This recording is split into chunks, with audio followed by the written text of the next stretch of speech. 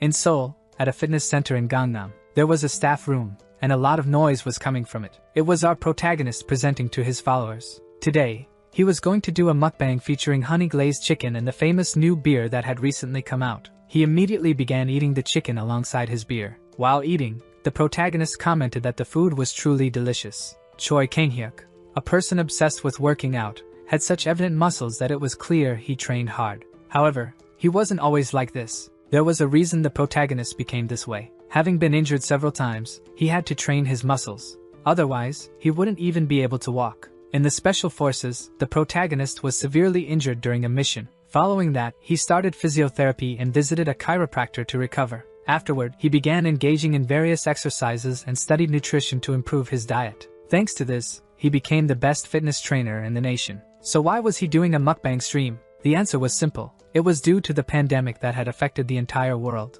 To maintain the gyms, he had no choice but to become a streamer. However, despite his efforts, the income wasn't enough to sustain the 5 gyms. After some time, he told everyone to return the next day and make sure to subscribe to the channel. When he ended the stream, he expressed concern about the next day. Since he had consumed a lot of calories, he needed to work out, but because he drank alcohol, he couldn't. This left the protagonist confused, as he hadn't expected things to reach this point. Putting everything aside, he said he needed to rest, as his doctor had informed him that stress could cause hair loss. This news left the protagonist in shock and speechless. The doctor explained that his body was on the verge of collapse due to all the stress. He needed to reduce his workload, otherwise, he would likely go bald from the stress. These words filled him with despair, as he couldn't imagine being bald. It would leave him alone for the rest of his life, he thought. His doctor suggested some medications and once again advised him to rest. Sitting down, the protagonist wondered what he should do. After all, he had always worked hard and exercised a lot to stay in shape. Picking up his phone, he decided there was something he needed to do after reflecting on it. He began searching for something on his phone.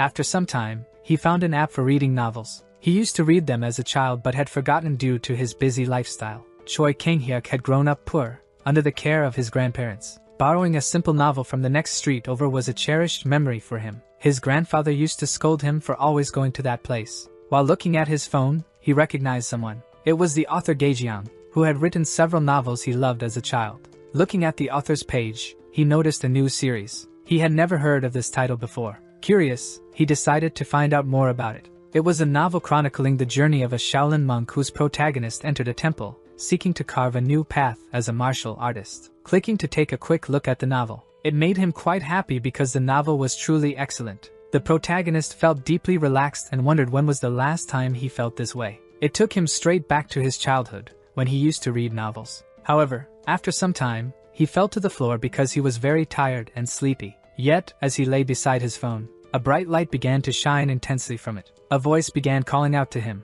saying it was time to start the morning exercise. As he opened his eyes, he quickly got up because he heard it was time to exercise. But when he looked ahead, he was quite confused. That bald head and that robe were very familiar to him. However, the boy spoke again, urging him to hurry because everyone had already left, and if they delayed, they'd be scolded. This left the protagonist doubtful, as he didn't know how that child had entered his house. The boy said he wasn't a child, after all, claiming to be much older and bigger than him. This confused the protagonist further, as he was 5 feet 11 inches and much larger than the boy. Touching the boy's shoulder, he asked if his eyes were defective. Once again, he wonders how that child entered his house. But upon closer inspection, that place didn't look anything like his house. The protagonist realizes that body wasn't his, and questions what was happening to him at that exact moment. He wonders what happened to his hair, and why he was in that place. However, thinking it over, the boy had called him Mu Jin earlier. That was the name of the main character from the novel he had been reading before.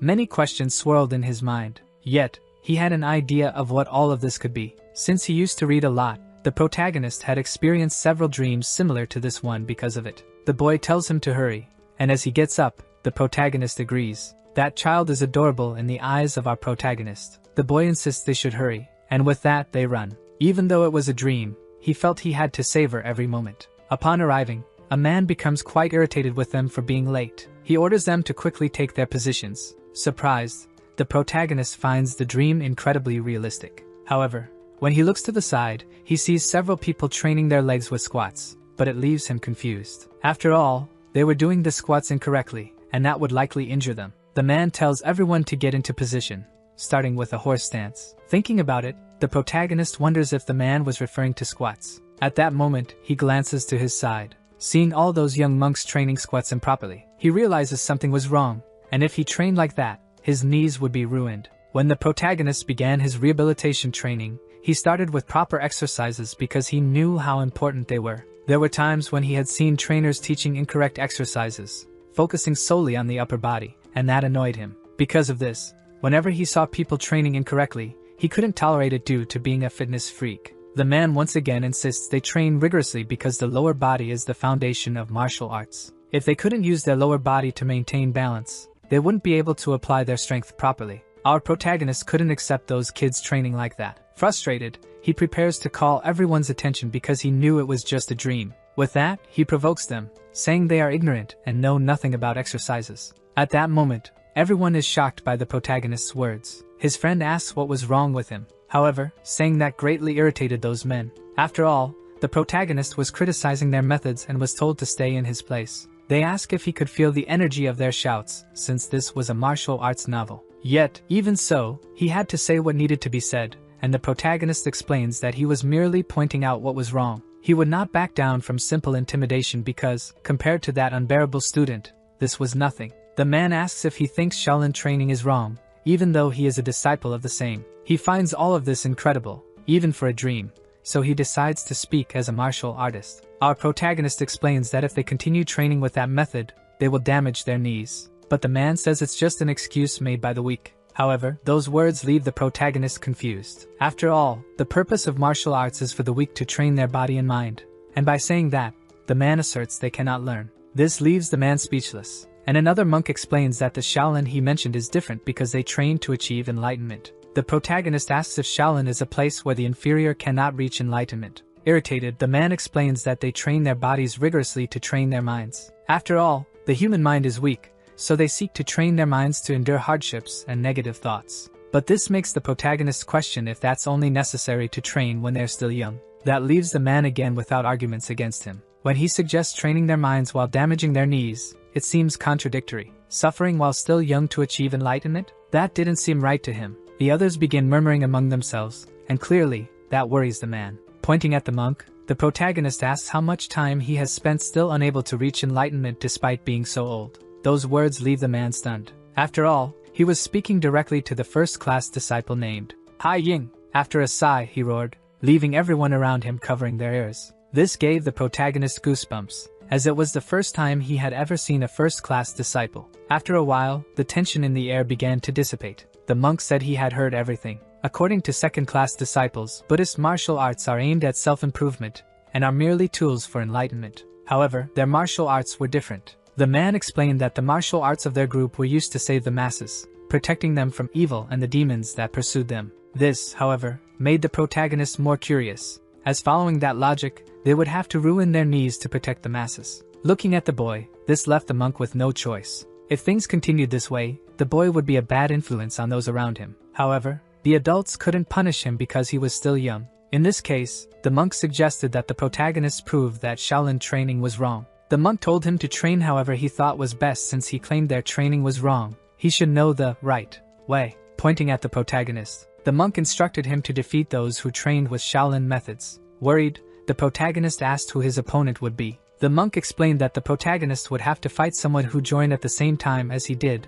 then called for Mu Gung. Looking at the boy, the monk told him he had 7 days to prove his words by training in the way he deemed right. He would have to fight against that boy with thick eyebrows. In his thoughts, the protagonist felt it was unfair, as the monk wanted to bring him down without giving him time to complain. That senior was quite terrible, but the protagonist said he agreed with what the monk had said. He would do his best to defeat that boy, telling them to wait for a week and see his progress. The monk said the boy had chosen the hard path, then told everyone to return to their training. His friend asked why he had done that and begged him to apologize, but the monk told Mu Yel to return to his position quickly. The protagonist had upset everyone by insulting the training and the monks, but the matter would be resolved in 7 days. The next day, while training his squats, someone called out to the protagonist. They asked why he was training differently, but the protagonist explained that monk Hai Yung had permitted him. At that moment, the monk told them to leave the boy alone. While continuing his squats, the protagonist told the others not to train that way, as it would ruin their knees.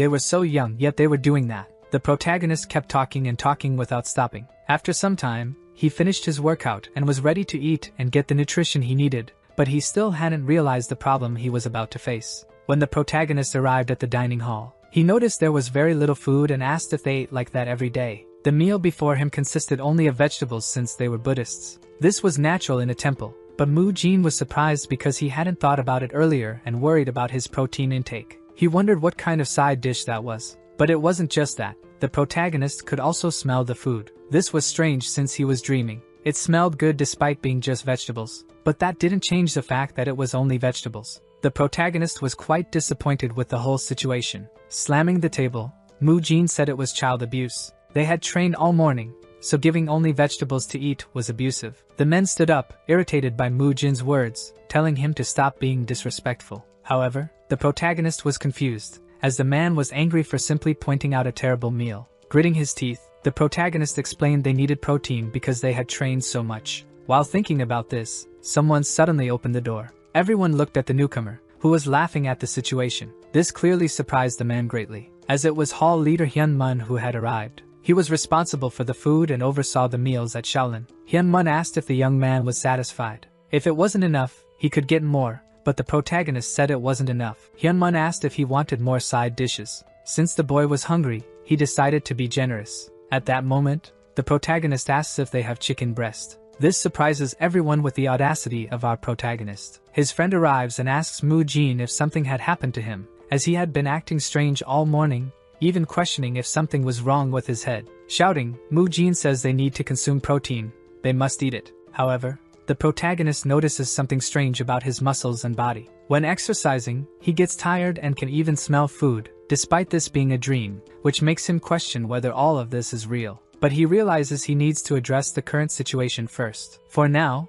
he is a young monk in the Shaolin Temple, and after some thought, he apologizes, explaining he had acted strangely because he was very hungry. Hyun Mun simply agrees with the boy's words, though somewhat skeptically. Mu Jin then asks for some beans and mushrooms as well. This, of course, leaves Hyun Mun quite surprised, thinking he must be crazy. Whether it's a dream or reality, Mu Jin knows he needs protein. Switching scenes, Mu Jin finds himself in the classroom. He can't believe they are studying Buddhist scriptures after all that, and he thinks even Buddha would be shocked by such a rigorous schedule. Nevertheless, the protagonist wonders how he could return to his world, as he is still in the world of the novel. He speculates he might only leave when the story is complete. Thinking this way, it might not be so bad, as Mu Jin has exceptional talent and the Shaolin Temple is the strongest among the Orthodox Alliance. But suddenly he spills ink on his book. Worried, the protagonist realizes he has a problem. Looking around, he notices others clearly observing him. He feels marked by the others. However, all of this happened because of him,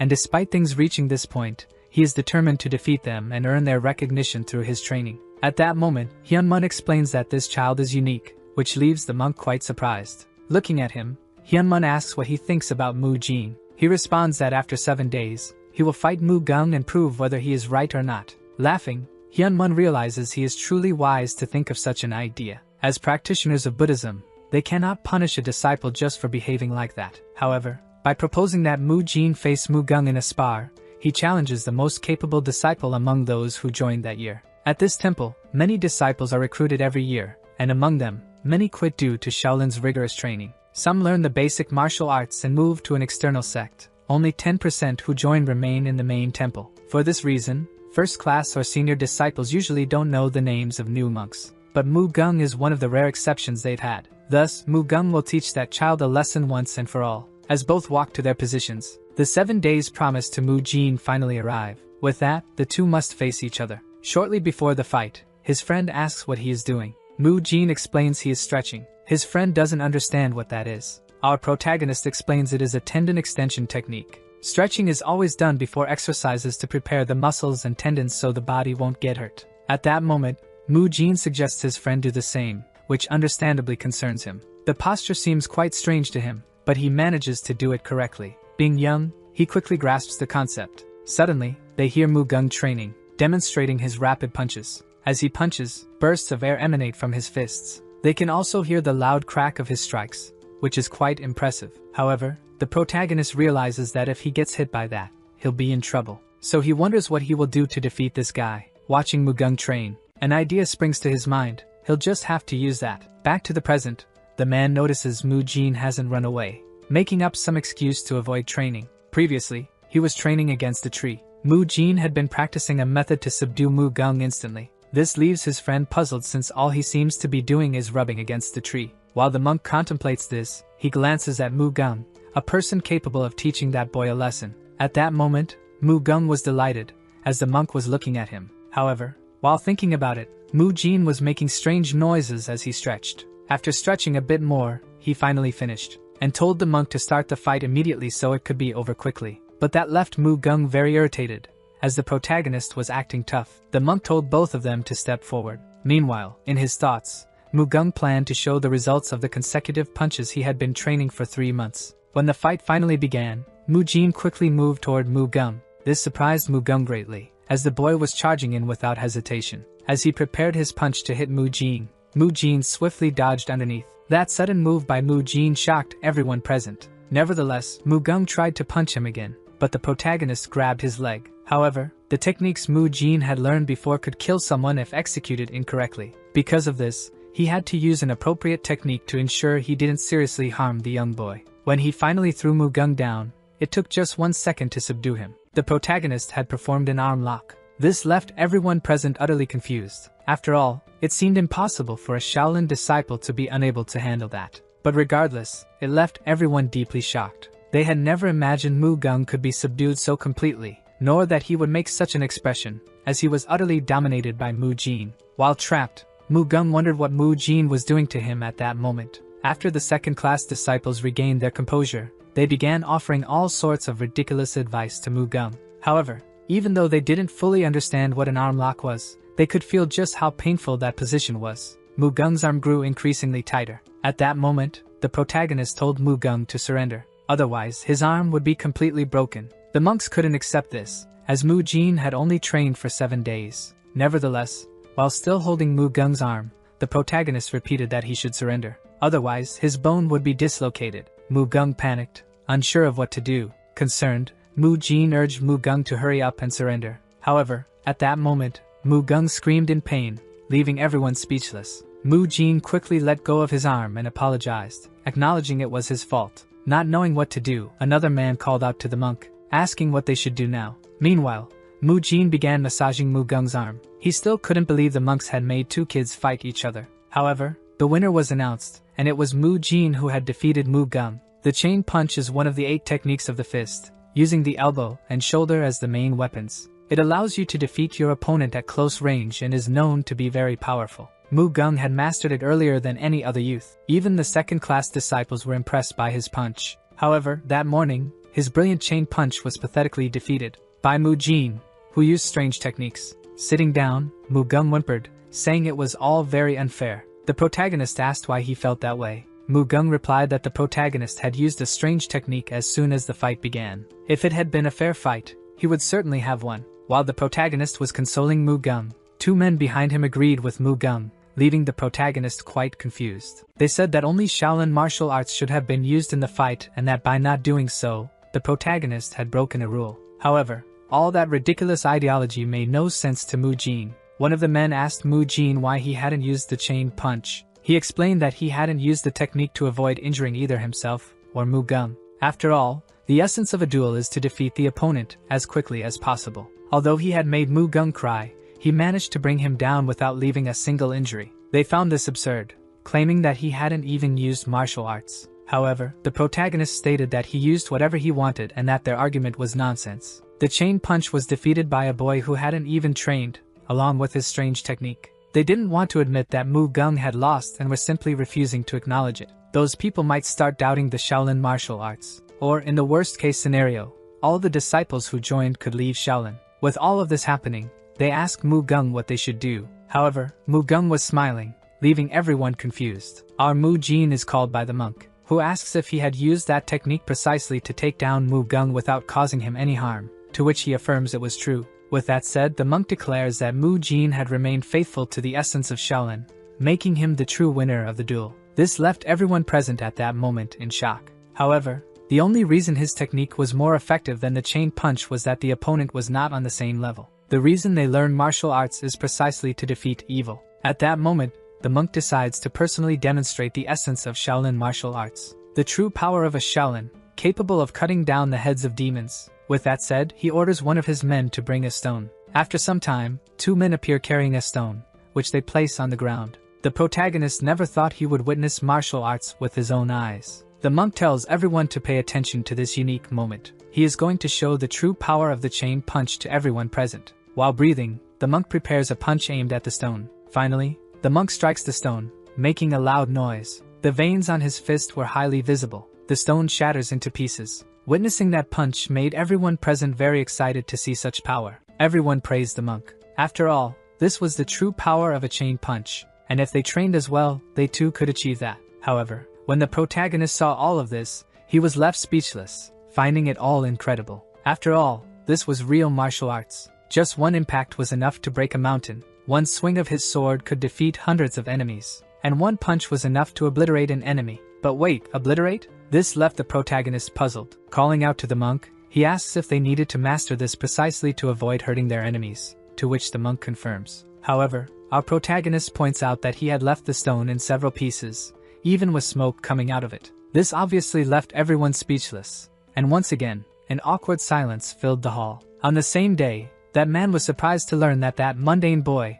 had defeated Mu Gung with just one move. After thinking for a while, the monk's master concluded that this child was definitely not ordinary. The monk remarked that he was quite arrogant. However, he had the hardest chain punch among all the young disciples. His master asks if he was concerned because he focused solely on the chain punch, precisely to discover its weaknesses. Despite everything, the monk agrees with his master. However, that child might be a spy from the Unorthodox Alliance, or perhaps from the demonic sect. If the child were a spy, it would be a huge problem. Yet we see our protagonist utterly confused by that lesson. However, his master remarks there was no need to do something so flashy if he were merely a spy. Although there was no immediate need to worry, he was still a new disciple. So, he would have to watch him closely over time to determine whether he was a spy or simply a monk. But then, an idea occurs to him. He suggests that perhaps the boy belongs to a martial arts family as well. That idea was quite plausible. After all, it was entirely possible for a child to achieve all of this alone. His parents must have taught him,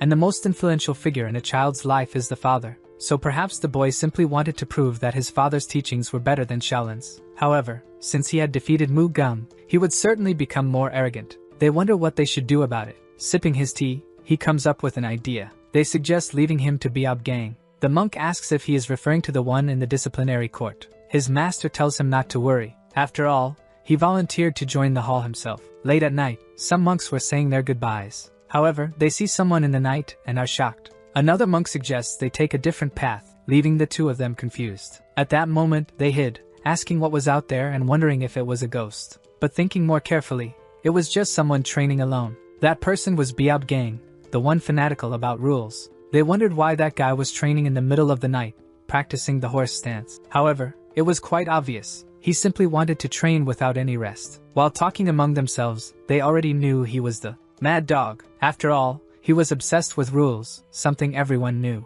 One monk commented that this place suited him perfectly. After all, he was crazy. But the other monk said that the mad dog would be in the hall starting tomorrow. This left them confused. There were even rumors that he would become the next master of the disciplinary court. Among second-class disciples, Biab Gang was quite influential. He had always disciplined his juniors since they were third-class disciples and upheld the discipline of Shaolin. The monk explained that he would join all the halls and courts to learn about Shaolin's rules before returning to the disciplinary court. Biab Gang worked hard to set an example for others so they could follow the rules. However, he also spent much more time on basic training than others, and as a result, his knees underwent brutal training. If he didn't use internal energy, he would feel so much pain that it would be difficult even to walk. But even so, he never cared. For him, physical and mental training, along with enduring pain, were all part of his practice. With all that said, he finally finished his training, staying in the horse stance for over 30 minutes. At that moment, he was still thinking about the boy named Mu Jin and considered what a troublemaker he might become. But despite that, he resolved to teach him the proper mindset a Shaolin disciple should have. The next day, everyone was confused. After all, Biab Gang had appeared. They wondered what he was planning to do there. Then a man announced that he would be joining Shaolin to work alongside them from now on. He said he was very excited to collaborate with them. The protagonist was quite surprised to see the man's physique. It resembled that of a soldier. Looking around, he noticed many people whispering to each other, and from that, he grasped the situation. He understood everything that was happening and realized that this was Biob Gang, a second-class disciple. With that said, Biob Gang initiated the morning training session. While everyone trained in the horse stance, he thought he needed to identify the exact problem so he could address it precisely. Observing him, he noticed that Mu Jin was doing the horse stance with his legs wider than his shoulders, his spine very straight, and his toes pointing forward. After watching the boy, he tried to imitate the posture, but even after mimicking him, he didn't notice any changes. He still felt the same pain as when he usually did the horse stance, thinking perhaps it was just a trick to avoid training. However, upon seeing this, the protagonist told him he was doing it incorrectly. His posture was completely wrong, so Biob Gang asked what the problem was. Mu Jin realized he would have to teach him from the ground up, from beginning to end. He still didn't understand why Biob Gang was trying to copy him, but every time he bent his knees, he could hear them crackling. After thinking about it for a while, Mu Jin realized it would be great if Biob Gang was on his side. At that moment, he decided to make his life easier by earning the man's trust. With that, Mu Jin explained that Biob Gang's knees were in bad shape. He asked Biob Gang to trust him a little. Stretching the boy, Mu Jin commented that his body was quite flexible. He explained that this was called a tendon extension technique. That posture would help loosen the muscles around his knees. If he did this warm-up before exercising, he would be able to perform movements more smoothly and reduce the pressure on his knees. He instructed him to do the movement 3 times, with a 30-second interval between each. After Biob Gang had done it once, Mu Jin started massaging his knee, asking if he felt better now. The boy noticed that although Mu Jin was lightly massaging his knee, it still hurt due to the training he had done. At that moment, Biob Gang realized that although it had hurt a lot at first, the pain in his knee had suddenly vanished, and he felt rejuvenated. Slapping his knee, Mu Jin tells him to get ready for a second round. After all, they would start again. He urges him to get up and move quickly. He adds there's no excuse not to do the training. As he gets up, Biob Gang asks what kind of child he is. However, everyone else wonders what that boy is doing with Biob Gang. Biob Gang is also known for being a fanatic about rules, earning him the nickname Mad Dog. He has relentlessly pursued second-class disciples since they joined the temple, and they know exactly how obsessive and crazy he can be. Yet Biob Gang himself is acting friendly and training alongside this strange new monk. After a while, the protagonist suggests they rest and then repeat the squats 15 more times. At that moment, Biob Gang notices that the posture resembles sitting on a chair. Mu Jin suggests Biob Gang slightly bend his knees to reduce the pressure on them. With that, Mu Jin explains the sequence of exercises. First, bend the knees slightly and then sit down slowly. Second, while sitting, avoid putting pressure on the knees and focus the force on the thighs and glutes. Third, just like the second step, use the thighs and glutes to rise. Afterward, Mu Jin asks Biob Gang about his muscles, which were clearly better than before. He notices he's definitely feeling less pain at that moment. However, after finishing that exercise, they would move on to calves, for limbs resembling those of a soldier, contrary to appearances. They are weak for people who are too friendly. From a distance, the others saw Mu Jin praising Biob Gang, who remarked that he had been at the temple for 18 years. The others started wondering if the guy had truly lost his mind. The monk's tension was rising as he kept repeating, Namo Amidba, to himself. Hai Yun's headache grew so unbearable that he decided to ignore them. Before going to eat, Mu Jin instructed Biob Gang that whenever he trained, he should start with these exercises. From afar, it seemed like Biob Gang had blindly accepted Mu Jin's techniques. However, for him, who had been suffering from knee pain, it only made him think one thing.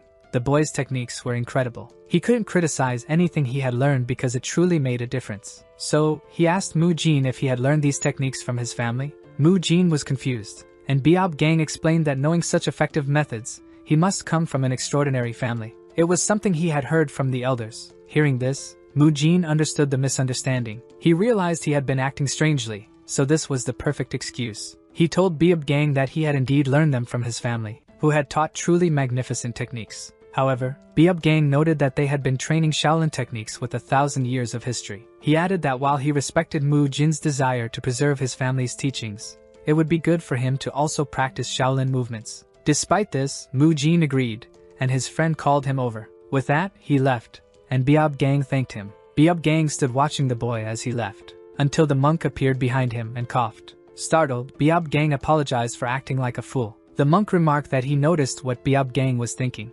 However, he explained that to defeat the enemy, one must first understand their perspective. With a sigh, he asked what Biob Gang had learned from this experiment. Biob Gang replied that, Based on his experience, this boy Mu Jin comes from a family of doctors, not martial artists. Monk Yun asked why. Embarrassed, Biob Gang said he would explain. However, he admitted that his knees had been in pain from all the training he had been doing. He hadn't said anything because he didn't want to worry the elders or show weakness to the juniors. Not even the people training with him for 10 years had noticed anything. But with one move, Mu Jin had immediately realized. That was when he decided to accept Mu Jin's teachings, realizing the exercises he was taught didn't hurt his knees. With that said, the monk grew even more confused. If the boy came from such a skilled medical family, the entire Shaolin training system was on the verge of collapse. However, Biob Gang assured him there was no need to worry, as he would guide Mu Jin onto the right path. Young asked how he planned to do that. Beating his chest, Biob Gang said he would slowly get closer to Mu Jin.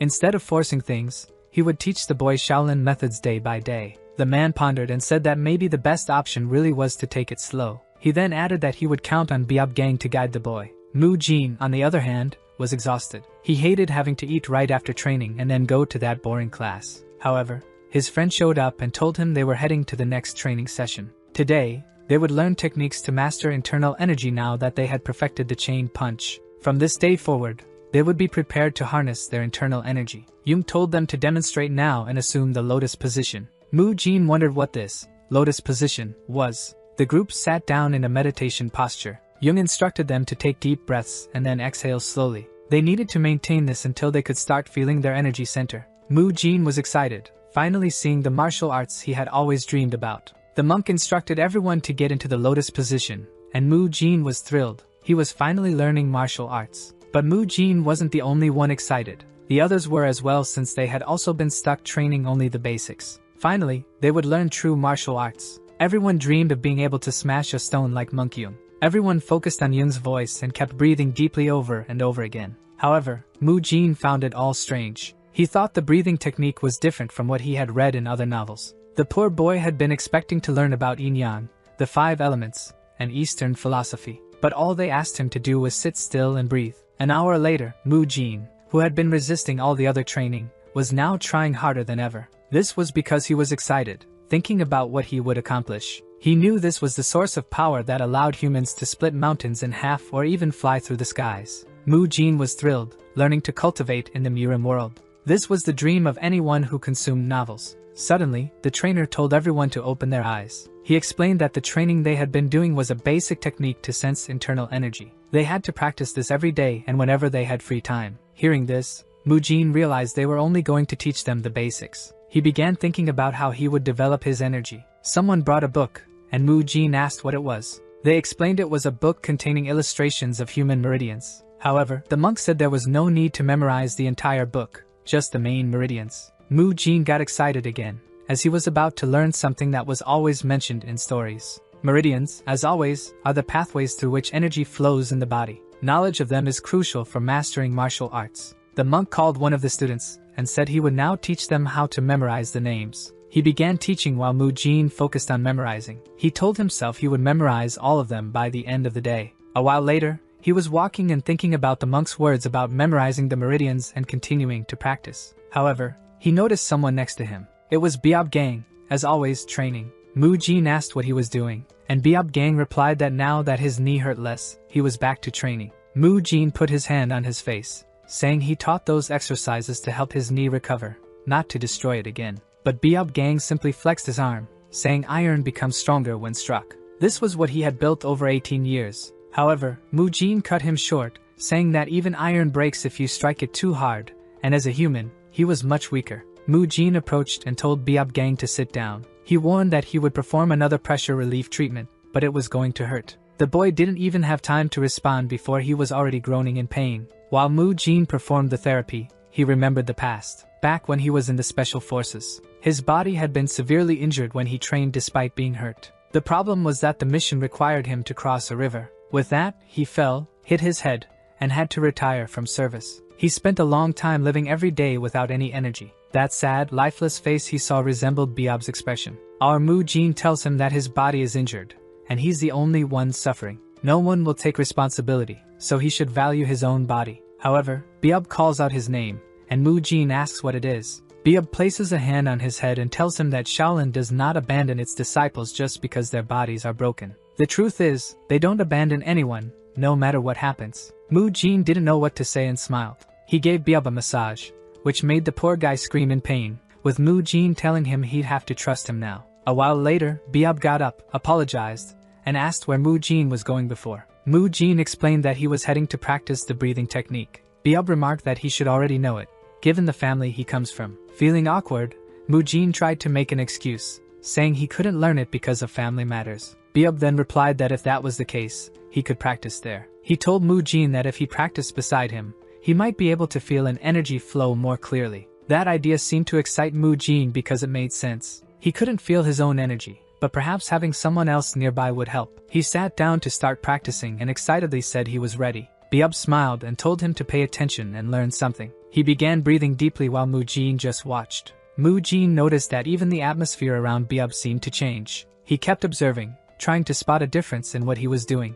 That's when he noticed something. Maybe this was what they were talking about. Biab appeared to be surrounded by a golden energy. The teachings explained that when exhaling through the mouth, you must gather all the negative energy within your body and expel it. By doing this, you accumulate pure energy in the core of your body. This made Mu Jin believe he had found the difference between himself and Biab. The problem was that it wasn't a small difference. From posture to the way energy was absorbed, stored, and finally concentrated, it was all significant. Feeling motivated, he tried his best to maintain it. But soon, he was a bit disappointed.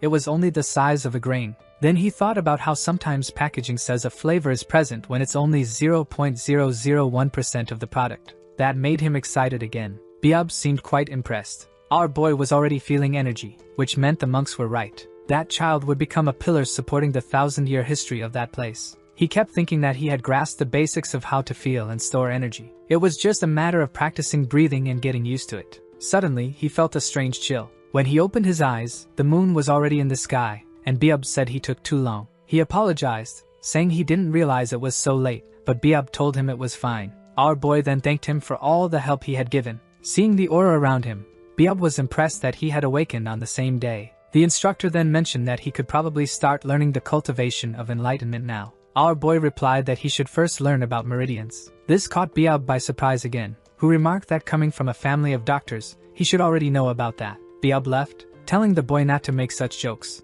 Mu Jin realized that this whole family of doctors story was backfiring on him. The next day, he was exhausted. He had to stay up all night studying meridians to avoid being found out. The trainer told those who had completed everything from the previous day to step forward. Proud of his hard work, our boy took his step, but a bunch of other people also stepped forward. He was impressed. He hadn't expected so many people to feel energy and know about meridians. At that moment, the leader said he would give the next instructions, and Mu Jin seemed suspicious of the others. The monk then pulled out the book on the cultivation technique of enlightenment. He explained that it was basic, so it wouldn't take long, and they would start with simple steps. He began teaching, and everyone seemed impressed. Meanwhile, people were amazed that so many had felt energy on the first day. When they finally finished, they headed back. His friend asked how he managed to learn so quickly, and he replied that it was just the basics, so it wasn't that complicated. He started talking about needing to circulate the energy he breathed in using a certain sequence, but the boy seemed completely confused. He asked if the boy understood anything,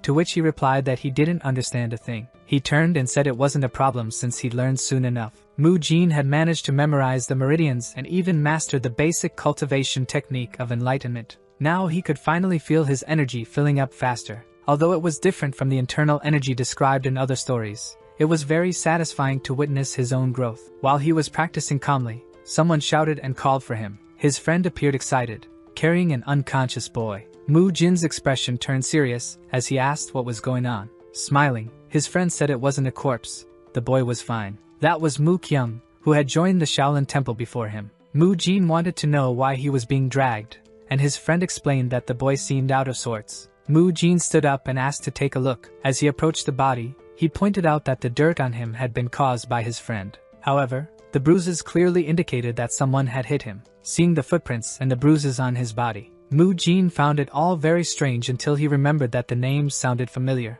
Mu Kyung was a tall, skinny boy who always stayed off to the side. He vaguely remembered the boy's face, but his memory seemed to contain other pieces of information he couldn't fully understand. He decided to set it aside, and his friend asked what might have happened. Mu Jin obviously had no idea, but he knew someone who might have the answer. If that boy had been there before them, they'd have to find someone older. so they went to talk to Mu Gung, who asked what they wanted. The two stood there staring, and no one said a word. A little earlier, Mu Jin's friend had asked if Mu Gung had hit the boy, but Mu Jin had denied it. Since Mu Gung had been one of the first to join this group, he must have seen the boy before anyone else. When they were face to face, Mu Gung asked what was going on. He let the boy drop to the ground, almost losing what little soul he had left. He immediately questioned why he should waste his training time with these questions. Mu Jin found this strange and asked why, as a senior, he wasn't concerned about an injured junior. Angrily, Mu Gung stepped closer, but Mu Jin warned him he'd lose again, even as a senior. They continued arguing while the boy simply watched.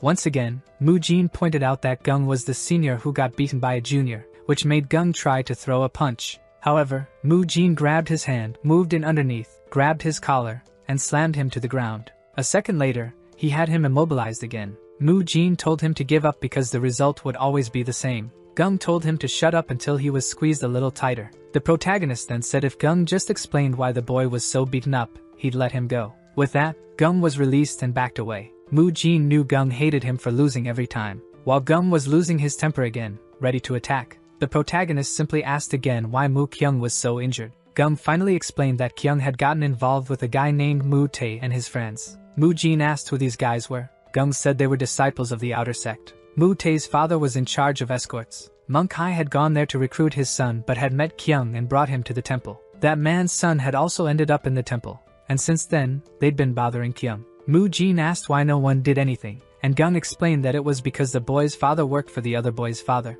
Now Mu Jin was furious. If it were a regular school, it might make sense. But this was supposed to be a place where they taught the ways of Buddha, so he pointed at Mu Gung and asked why he wasn't doing anything if he had the most influence. Awkwardly, Gung asked what he was supposed to do. Mu Jin said that since Gung was the strongest, he should be protecting the boy. Mu Gung complains, saying that 3 against 1 would be too difficult. How could he win something like that? Mu Jin points to Mu Yo, reminding him that he claimed to be the strongest. Blushing, Mu Yo replies that it's only because the others don't take training as seriously as he does. He explains further that these guys are disciples of the external sect. That means in his family, he already learned the basics of all Shaolin training, which is why he doesn't take the training here seriously. Now Mu Jin remembers that he's one of the boys who stepped forward with him earlier. He knows the boy is a bully but has already mastered the prerequisites. At that moment, the boy on the ground starts to get up, confused, asking where he is. As soon as he regains consciousness, he sees the 3 monks as if they were devils standing in front of him and backs away in fear.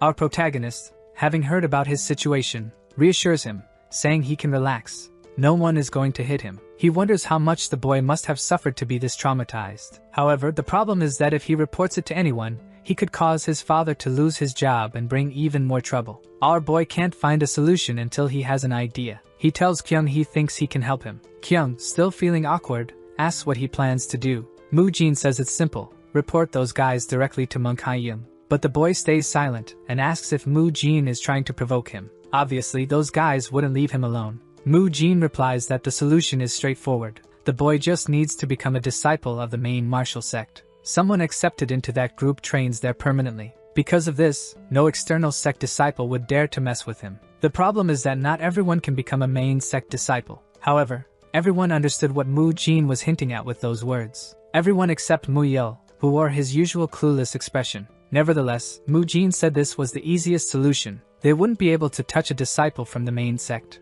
But then he remembers Biab's words, saying that Shaolin never abandons anyone. Taking Kyung's hands, he says Monk Hai-young would never let such people go unpunished. He asks Kyung if he's willing to resolve this. The boy doesn't respond, so Mu Jin asks why he won't speak. Is it because he can't become a main disciple? Kyung is still hesitant, and Mu Jin asks if he's really going to let his father keep working for a family that mistreats him. If he gives up, it means his father will remain subservient to Mu Tae. He asks Kyung if he's okay with that. With that said, Kyung finally takes his hand and says he'll at least try one more time. Mu Jin says that's a wise decision and then reveals the second part of the plan. They can't allow those guys to bully him until he becomes a main disciple, so he asks what they should do. Mu Jin reveals it's simple. They'll deal with Mu Tae first. 3 days later, during their free time in the afternoon, in an alley, someone asks if Kyung will show up. Mu Tae replies that he will. After all, he warned the boy that if he didn't, there would be trouble for his family. Mu Wai and Mu Wan, his subordinates, say they're itching to stretch their arms. However, they comment that lately,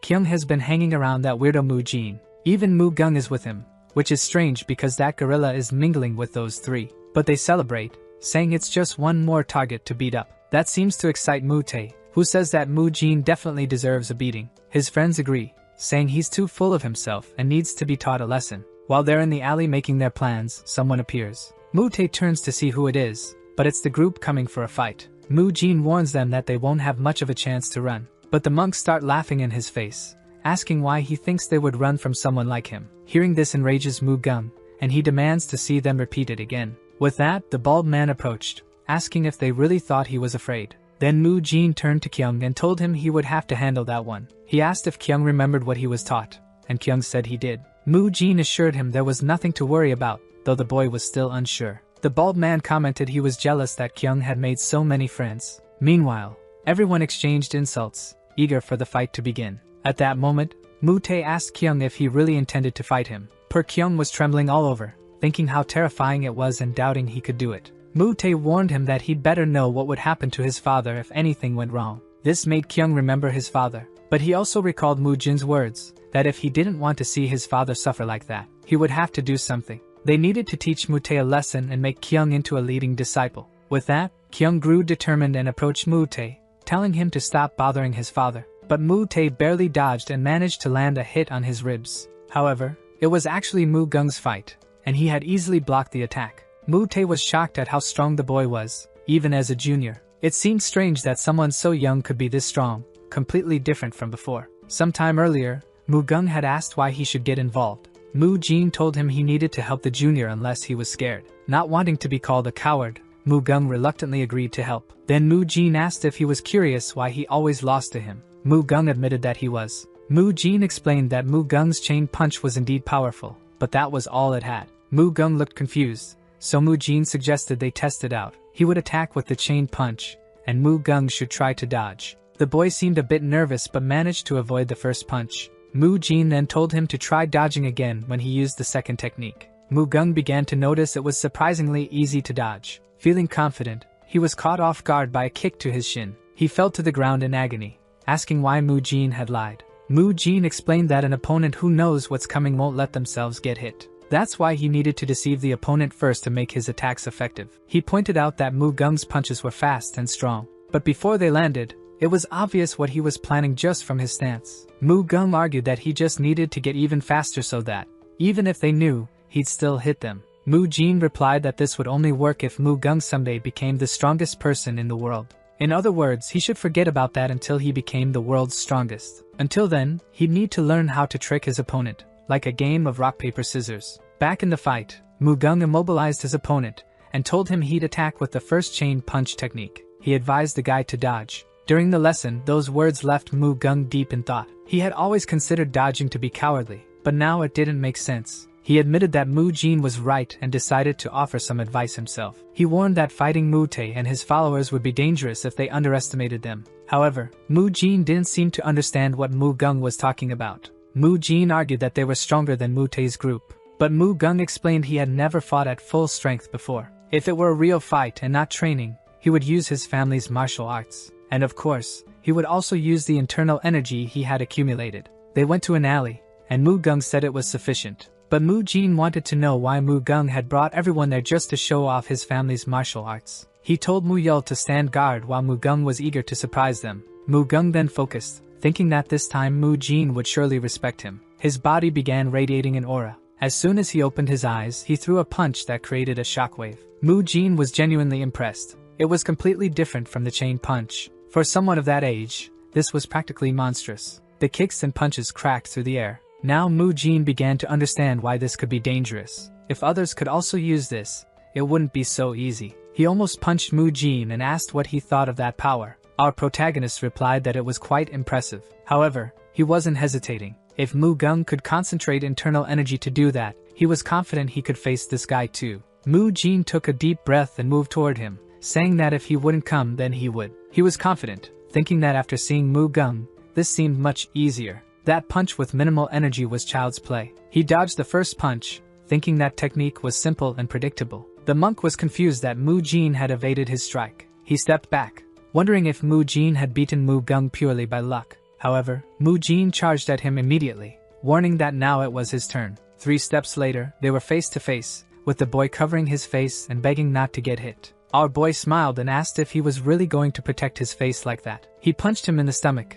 and the boy coughed but didn't back down and came to attack. However, Mu-jin ducked and struck his shin. That made him fall, hitting his chin on the ground. But as he looked up, Mu-jin was already coming to finish what he had started. Mu-jin then struck the ground, right next to his head. Realizing he had almost died, the boy started crying. Mu-jin asked what was wrong, and the boy said he was going to tell his father everything. Now our boy felt awkward, telling him not to do that because it would make him feel like a villain. It was then that Mu-jin remembered he had forgotten about the others. He looked at Mu-gung and saw that he had already taken care of his opponent. Now the problem was what was happening between Mu-tae and the other one. At that moment, Mu-jin heard some terrifying sounds. Ma-kyung was pounding Mu-tae into the ground. He ran toward them, shouting that Mu-tae had already lost and that Ma-kyung should stop. That's when he remembered why the name Mu-kyung felt familiar. He was the character who always disfigured the faces of his enemies, and whenever he fought, his face was always stained with their blood. Mu-kyung was the protagonist of another work by the same author. The novel was called The Return of the Supreme Demon, and the most insane and worst villain in the entire story was Mu-kyung. He remembered it was the novel he loved most to pass the time. That protagonist claimed that humans were a threat, and that only by using their blood could sins be cleansed. The scene in front of Mu-jin gave him the same feeling as that novel. Seeing Mu-kyung beating Mu-tae senseless, he wondered if he had caused his awakening. Our boy was trembling. The plan was just to give him a bit of confidence. But what was this? The problem was that at this rate, he was going to kill Mu-tae. Mu-jin ran toward him, shouting for help from Mu-yeol, grabbing him and throwing him to the ground. Mu-kyung couldn't close his fists anymore. Mu-tae lay lifeless in front of them, and suddenly he also began to cry. The atmosphere between them became heavy. At least this relieved Mu-jin, thinking there might still be a way to save him from the fate of becoming a bloodthirsty monk. Perhaps in the novel, Mu-kyung crosses a point in the story that turns him into someone like that. Just then, Beub-gang shouted at them from the distance. Mu-jin turned, already knowing he was in trouble. Beub-gang demanded a good explanation for what had happened there. He could see one crying and two beaten to a pulp. He added that it was strange to see even Mu-gung involved.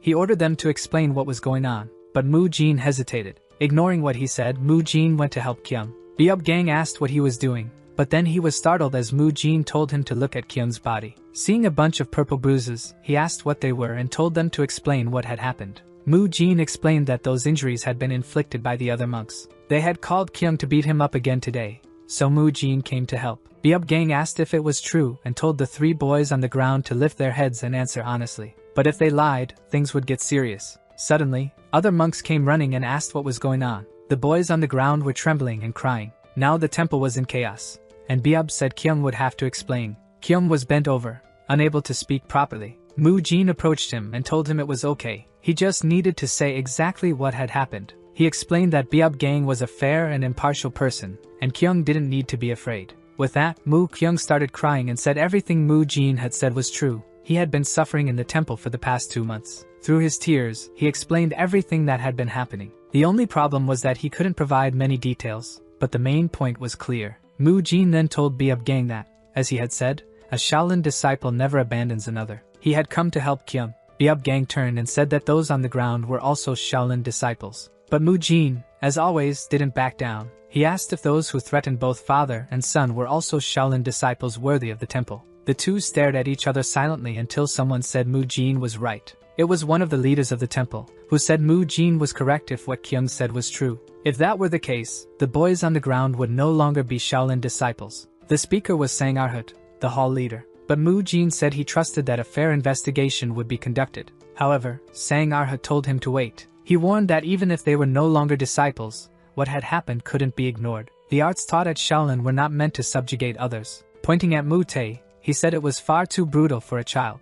Crying, Kyung tried to explain and apologize. But Mu-jin interrupted, saying he had done it because he was angry at the people who were bothering Kyung, lost control of his emotions, and that everything was his fault. Kyung didn't understand why Mu-jin was taking the blame. Why would he do that? But Mu-jin knew that he had started it all. If he let Kyung take the blame, it could lead him down a bad path again. This way, not only would Mu-jin protect Kyung from a harsh life, but he would also gain a strong ally. The next day, Beub-gang took Mu-jin to a forest. He told him he would receive his punishment in a cave. Upon arriving at the cave, Mu-jin remembered he would have to face the wall, meditate, and not look outside. Food would be brought to him over time. With that said, Mu-jin entered the cave, sat down, and began meditating. However, Mu-jin realized this story reflected a world that connected all the novels by the same author. He recognized the protagonist in this novel but also noticed the appearance of another. He already knew that these two novels shared the same world. However, both protagonists existed at the same time but were active in different areas,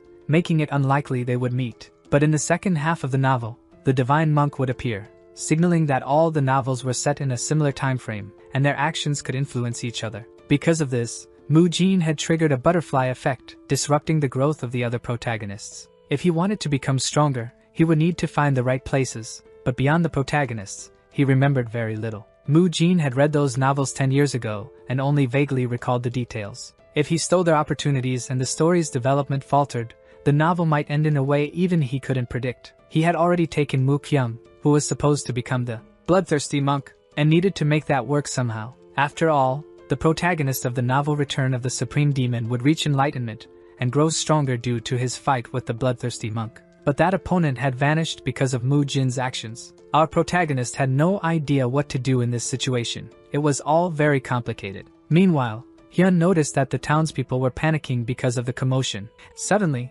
Beub appeared in the cave, observing the boy who seemed deeply focused on his meditation. It was truly impressive for a 12-year-old. The techniques he had shown earlier made it clear he would undoubtedly become a pillar of Shaolin. Sometime earlier, the elder sighed, saying that all of this had happened because of him. He then asked about the investigation, and the monk explained that after interrogating the new monks, they discovered that Mu-kyung was constantly being bullied. This brought great shame to Shaolin, and the atmosphere in the hall was heavy. However, someone returned, asking if he had noticed it too, to which he confirmed. It was obvious from Mu-kyung's face and hands that he was the one who had beaten Mu-tae. However, Mu-jin wanted to protect his friend in that situation and took all the blame. If not for Mu-jin, they might never have been able to understand what had happened. The man then said he had something to share about the incident. He stated that this wasn't the fault of one specific person but that everyone was at fault, and the most important thing was to ensure it never happened again. He then asked if the man had any ideas in mind. The man replied that the cause of the incident was a lack of training.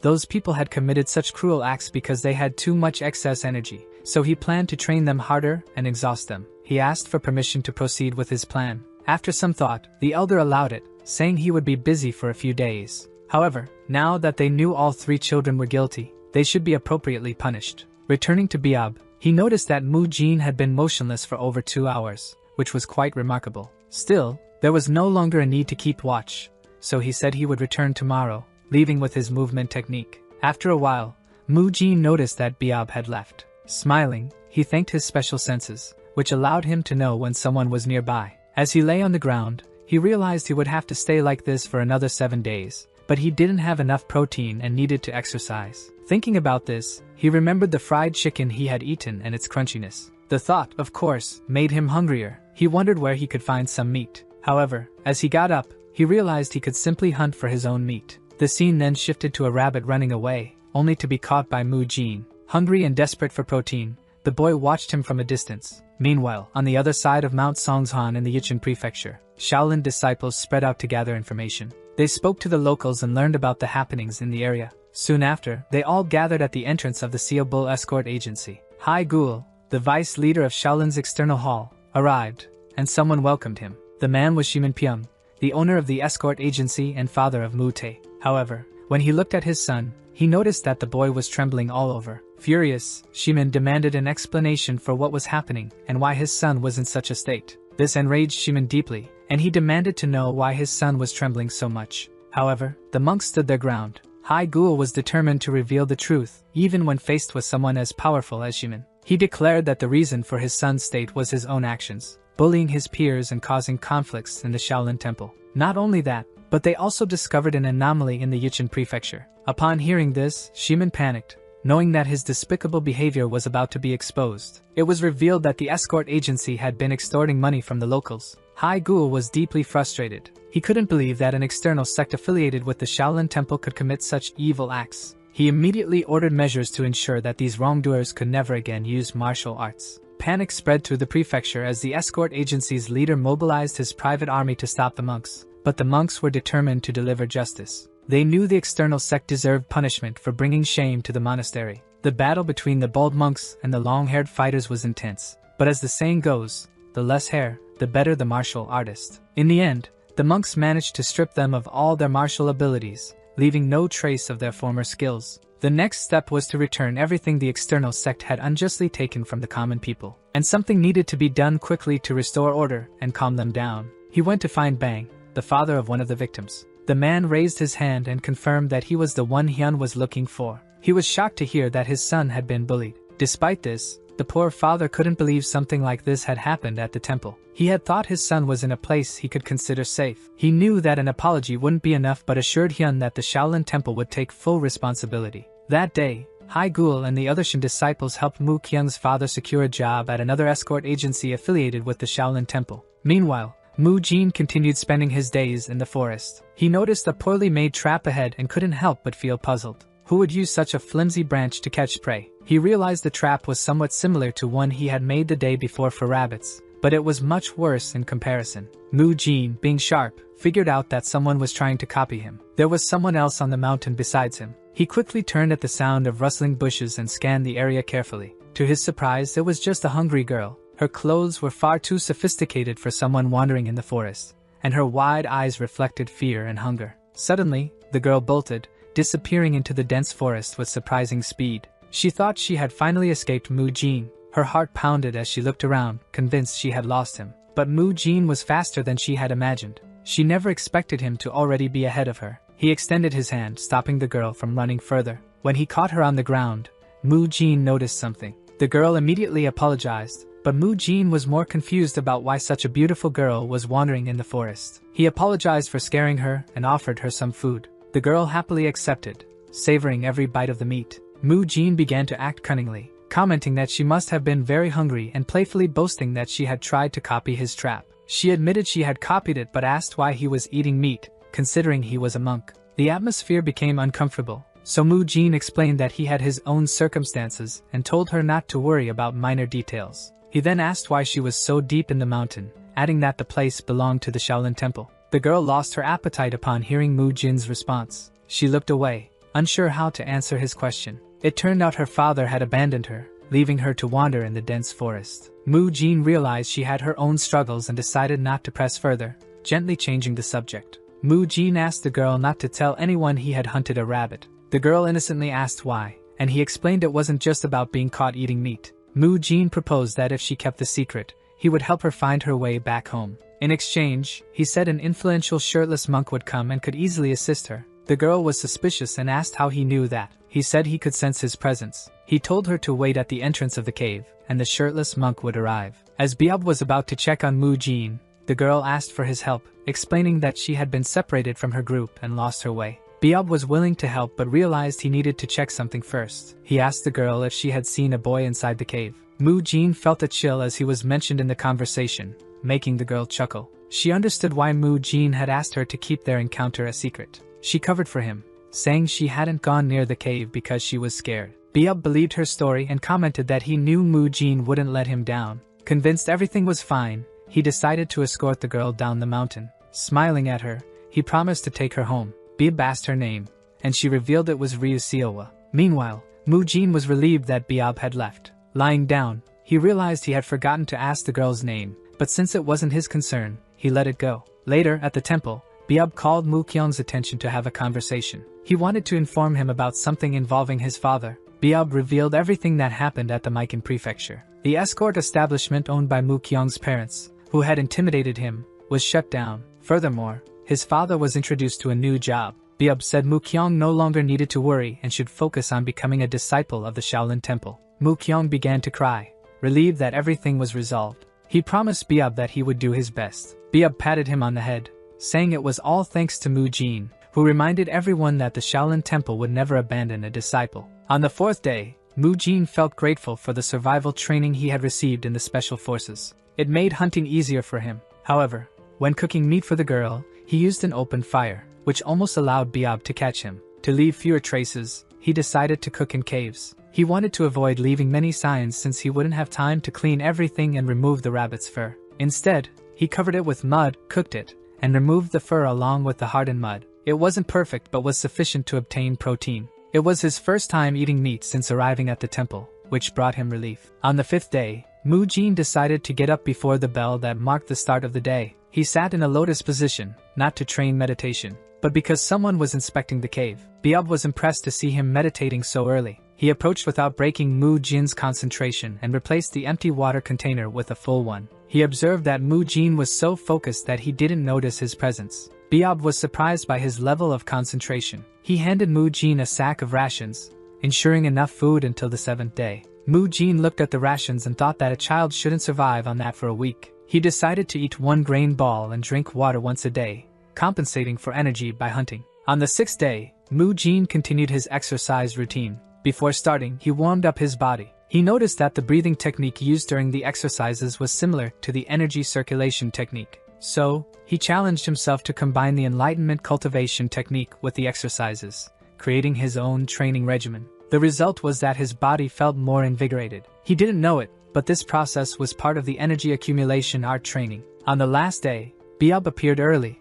informing Mu Jin that his meditation was complete and that he could finally stand up. Mu Jin asked if he could speak, and Biob confirmed, saying he would join the morning training. During the hike through the mountains, Mu Jin asked how the incident was resolved. Biob explained that, after investigating Mu Kyung's family, they discovered that their establishment had committed many atrocities. As a result, they dismantled their martial arts and shut the place down. Mu Kyung's father was transferred to a new job. Biob also said the training regime had been intensified. He allowed Mu Jin to train his way until now, but to be fair to the others, he would need to follow the Shaolin Temple training. Mu Jin felt frustrated to still be stuck in the temple's exercise routine, so he asked if he could increase the intensity of his own training, but Biob insisted he try the Shaolin method first. In the training hall, he was greeted with warm smiles from his friends, making him feel part of the group. They commented that the training was exhausting, but his presence renewed their energy. Mu Kyung confessed he almost gave up, while Mu Gong bragged, saying it was too easy for him.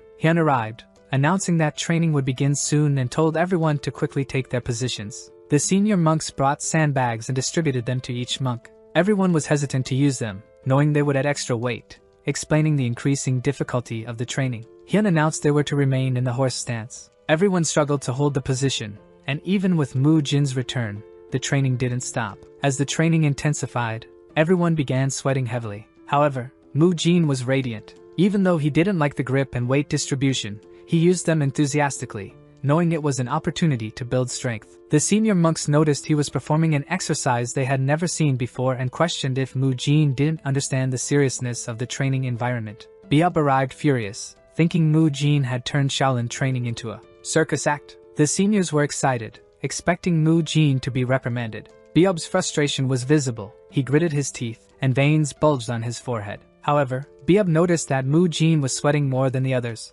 making him consider that Mu Jin's regimen might be more intense than the standard training. What truly caught his attention was the sharp energy radiating around him. Biob asked if Mu Jin was already familiar with the energy accumulation technique. This advanced energy circulation technique can only be achieved when someone has accumulated enough energy in their body and has grown accustomed to it. It allows breaking normal physical limits, displaying superhuman strength, like the punch thrown by Hyun. Additionally, it can lead to feats like flying or moving at extremely high speeds, but it is something hard to master. What Biob saw left him stunned. Mu Jin continued his peculiar exercises, complaining about being tired of bodyweight training. The morning training with sandbags was held for everyone except Mu Jin. He could feel his muscles being stimulated, and with that, he also started using sandbags as dumbbells to perform modern exercises. He performed lateral raises with an ecstatic expression, enjoying every second of the training. The other young monks were intrigued by Mu Jin's strange postures and stared at him curiously. Biob, however, saw the situation differently. He noticed that Mu Jin's training regime was effective and wondered how someone so young could use the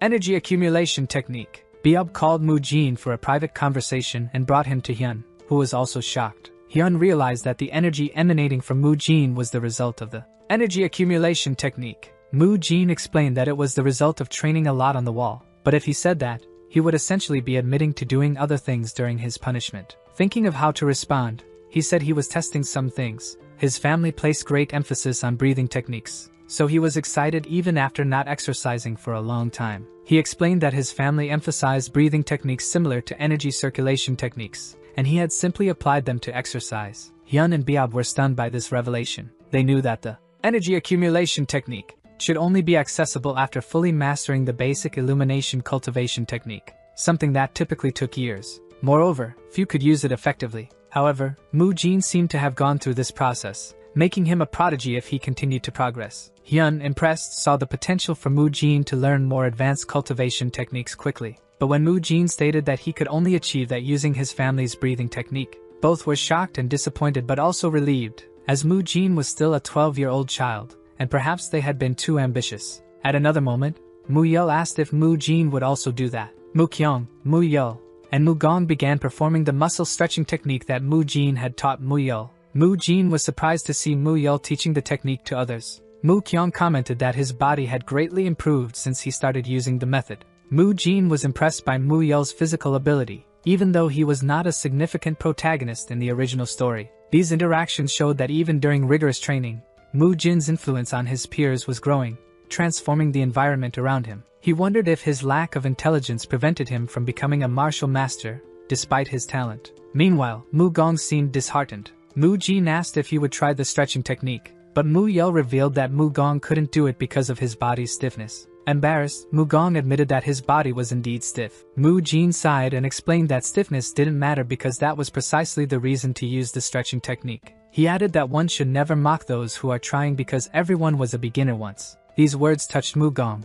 who remembered how everyone admired his physical structure and assumed he, coming from a good family, was naturally talented. This pressure motivated him to work harder to meet expectations. Inspired by Mu Jin's words, Mu Gong admitted he was right. With that, Mu Jin approached him and pressed his back firmly, and Mu Gong complained because it hurt a lot. Mu Jin noticed that Mu Kyung's body was also stiff, though not as much as Mu Gong's. He was impressed to see that Mu Yeol could easily perform a full stretch, and he had also taught them when Mu Jin wasn't around. The four of them performed side-bending exercises together, aligned and synchronized. Mu Gong was reprimanded by Mu Ji, who said he should close his fist and stretch it correctly, and Mu Kyung as well. He explained that the last exercise would be a breathing exercise. With that, they assumed a pose, counting from 1 to 4. Mu Jin remarked that the exercise was easier, and that they could follow it effortlessly. Mu Gong reflected on the strength of the friends around him. Mu Yeol with great physical skill, Mu Jin as the strongest among them, and Mu Kyung, who had already defeated Mu Tae. He realized he was surrounded by monsters, but he decided to push himself to avoid being left behind. His goal of becoming the strongest motivated him to persist. Thanks to the sandbags used during morning training,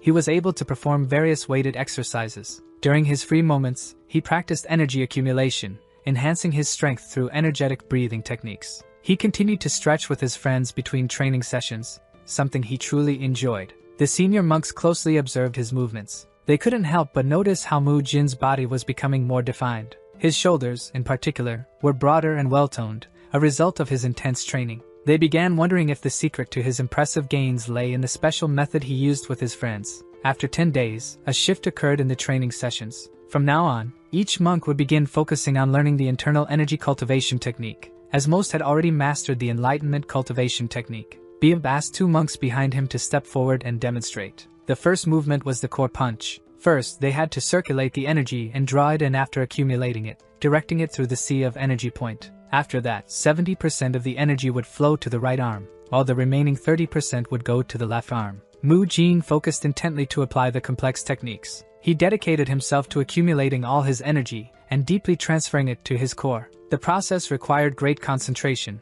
but it wasn't a major challenge for a gym rat. He then divided the energy in a 7-to-3 ratio. Directing most of it to his right arm and the rest to his left arm, he took his position, ready to execute the linked strike. Taking a deep breath, he initiated the strike, and an explosion of energy was generated, creating a spark. He was surprised by the result. Although it wasn't enough to break a rock, the improvement compared to his previous attempts was significant. The reason he didn't distribute the energy evenly but instead sent it entirely to his arm was to maintain balance in his body. Mu Jin commented that he would also need to distribute it to other areas. Accidentally, he overheard Hyun, a more experienced monk, advising others to transfer energy to their legs as well, confirming his theory. This encouragement drove him to dedicate himself even more to the technique, spreading his energy to his legs to gain full body control. However, he realized this was more complicated than he had anticipated. He knew his experience wasn't yet sufficient to fully master the technique. He found the feat more challenging than he had imagined and wondered how much training would be required to effectively execute it in a real fight. It was then that he noticed his best friend, Mu Yeol, performing random dance moves, as if he were executing a ritual to summon a legendary dragon. He knew Mu Yo would find the process as complicated as he did, since even he was struggling to spread his energy. But what caught his attention most was that Mu Yo was making all sorts of strange movements. Mu Yo's actions were enough to make Mu Jin facepalm and mutter that he was doomed. Concerned, he approached Mu Yo calmly and composedly, trying to understand what was happening. Mu Jin tried to maintain his patience and asked if Mu Yo could recall anything. Instead of following the correct order of energy points, Mu Yo reversed everything without hesitation. He claimed the energy went from the core to the palace, and then to the gastric point. Even the basic 70/30th distribution seemed like an impossible puzzle to him. Mu Yo's reasoning was so off track that it seemed like he had the attention span of a short video. Mu Yo felt deep shame as Mu Jin patiently corrected him. Meanwhile, Mu Jin grew frustrated with his friend's foolishness. Taking a deep breath, Mu Jin tried to teach in the simplest way possible. He advised Mu Yo to focus only on the point where his finger was pointing. Calmly, he pointed to the abdomen and instructed him to gather energy there. Then he explained that the energy should be moved smoothly to the shoulder. Thanks to this simplified version of the technique, Mu Yo finally succeeded. Mu Jin sighed in relief at seeing the progress but knew it wouldn't last long. Soon after, Mu Yo forgot everything he had learned, as if by magic. With a mix of frustration and indignation, Mu Jin wished he could punch him without guilt. During these challenging days, Mu Jin dedicated himself to the chain punch technique. For 10 days, he learned each step, guided by Hyun and the other disciples. The technique was simple but required a lot of discipline to master. After that, the training became individual and more intense as each disciple progressed. The days were rigorous, but the young monks displayed unshakable determination. 71 days had passed since they began their relentless training. Mu Jin, Mu Gong, Mu Kyung, and even Mu Yo had already mastered the chain punch technique. Mu Gong, covered in sweat, announced that 20 seconds had passed. Mu Jin stood up,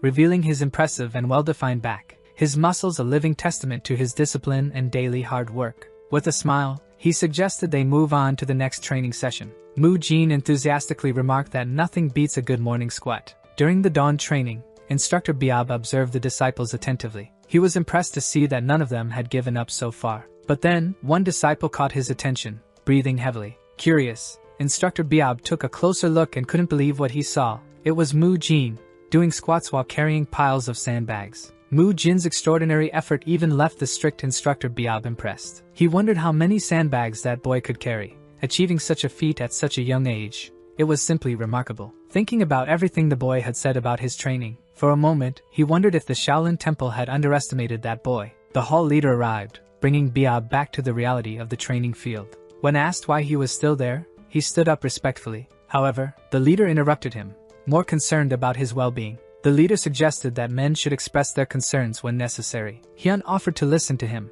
believing it might ease the weight on his mind. Bib hesitated for a moment but decided to share his concerns about Mu Jin. After lunch, Mu Jin was surprised to receive an unexpected summons. Biab insisted he go, saying the conversation with the hall leader was important. His friends laughed at the situation, while offering unhelpful comments. Biab hurried Mu Jin and urged him to admit to any mistake in advance. Even skeptical, he had no choice but to go to the meeting with the hall leader. Full of anxiety, Mu Jin imagined all the reasons he might have been called. He feared he had caused trouble, or that his actions had gone too far. Why would someone as important as the hall leader be interested in him? Meanwhile, the hall leader was equally intrigued by the boy. He already knew that Mu Jin was talented and eccentric in his training methods, but the attention Biab gave him suggested something was beyond expectations. At that moment, the hall leader observed Mu Jin in complete silence. He analyzed every detail, from his physique to the smallest movements. Mu Jin, filled with anxiety, began questioning the entire situation. The prolonged silence made him think they were just competing in a staring contest. Noticing the leader's gaze directed at his body, Mu Jin became even more confused. He began posing like a true bodybuilder in front of the respected leader. The hall leader, astonished, asked in a shocked tone what Mu Jin was doing. Mu Jin quickly replied that he was just trying to change position. The situation reminded the leader of the first time he summoned Mu Jin. On that occasion, the reason hadn't been the best and brought back uncomfortable memories. Still anxious, Mu Jin asked if he had been called again for the same reason. The leader assured him the reason was entirely different this time. He revealed that the summons was to confirm something with his own eyes. This explanation left Mu Jin even more uneasy, full of questions. The hall leader stated that, after careful observation, he noticed a remarkable change. The leader explained that his body had grown much faster than the other disciples. However, He said that this wasn't the main reason for the summons, and Hyun asked if it was true that his family's training method explained such growth. Moo Jin made a displeased expression, knowing an endless lecture was about to follow. Gathering his courage, he asked if the leader simply wanted to compare training methods. Contrary to his expectations, Hyun explained that the Shaolin Temple wasn't as close-minded as Moo Jin used to think. In fact, the hall leader was there to make an unexpected proposal to the young monk. Moo Jin was confused and thought the old man had finally lost his sanity. During his time at the temple, all he had received from the seniors were criticisms and judgments. But now, Hyun revealed the real reason behind the Shaolin Temple's longevity for over 1,000 years. He explained that the secret lay in its ability to correct flaws and adopt what was good. There were moments to be kind but also moments when it was necessary to be firm. In other words, if Moo Jin's method was truly efficient, they would adopt it without hesitation. The statement left Moo Jin completely shocked, unable to hide his surprise. He had never imagined he would have a real chance to prove the value of his training. Even more surprising was that the hall leader, of all people, would give him such an opportunity. With a voice full of disbelief, Moo Jin asked if he had heard it all wrong.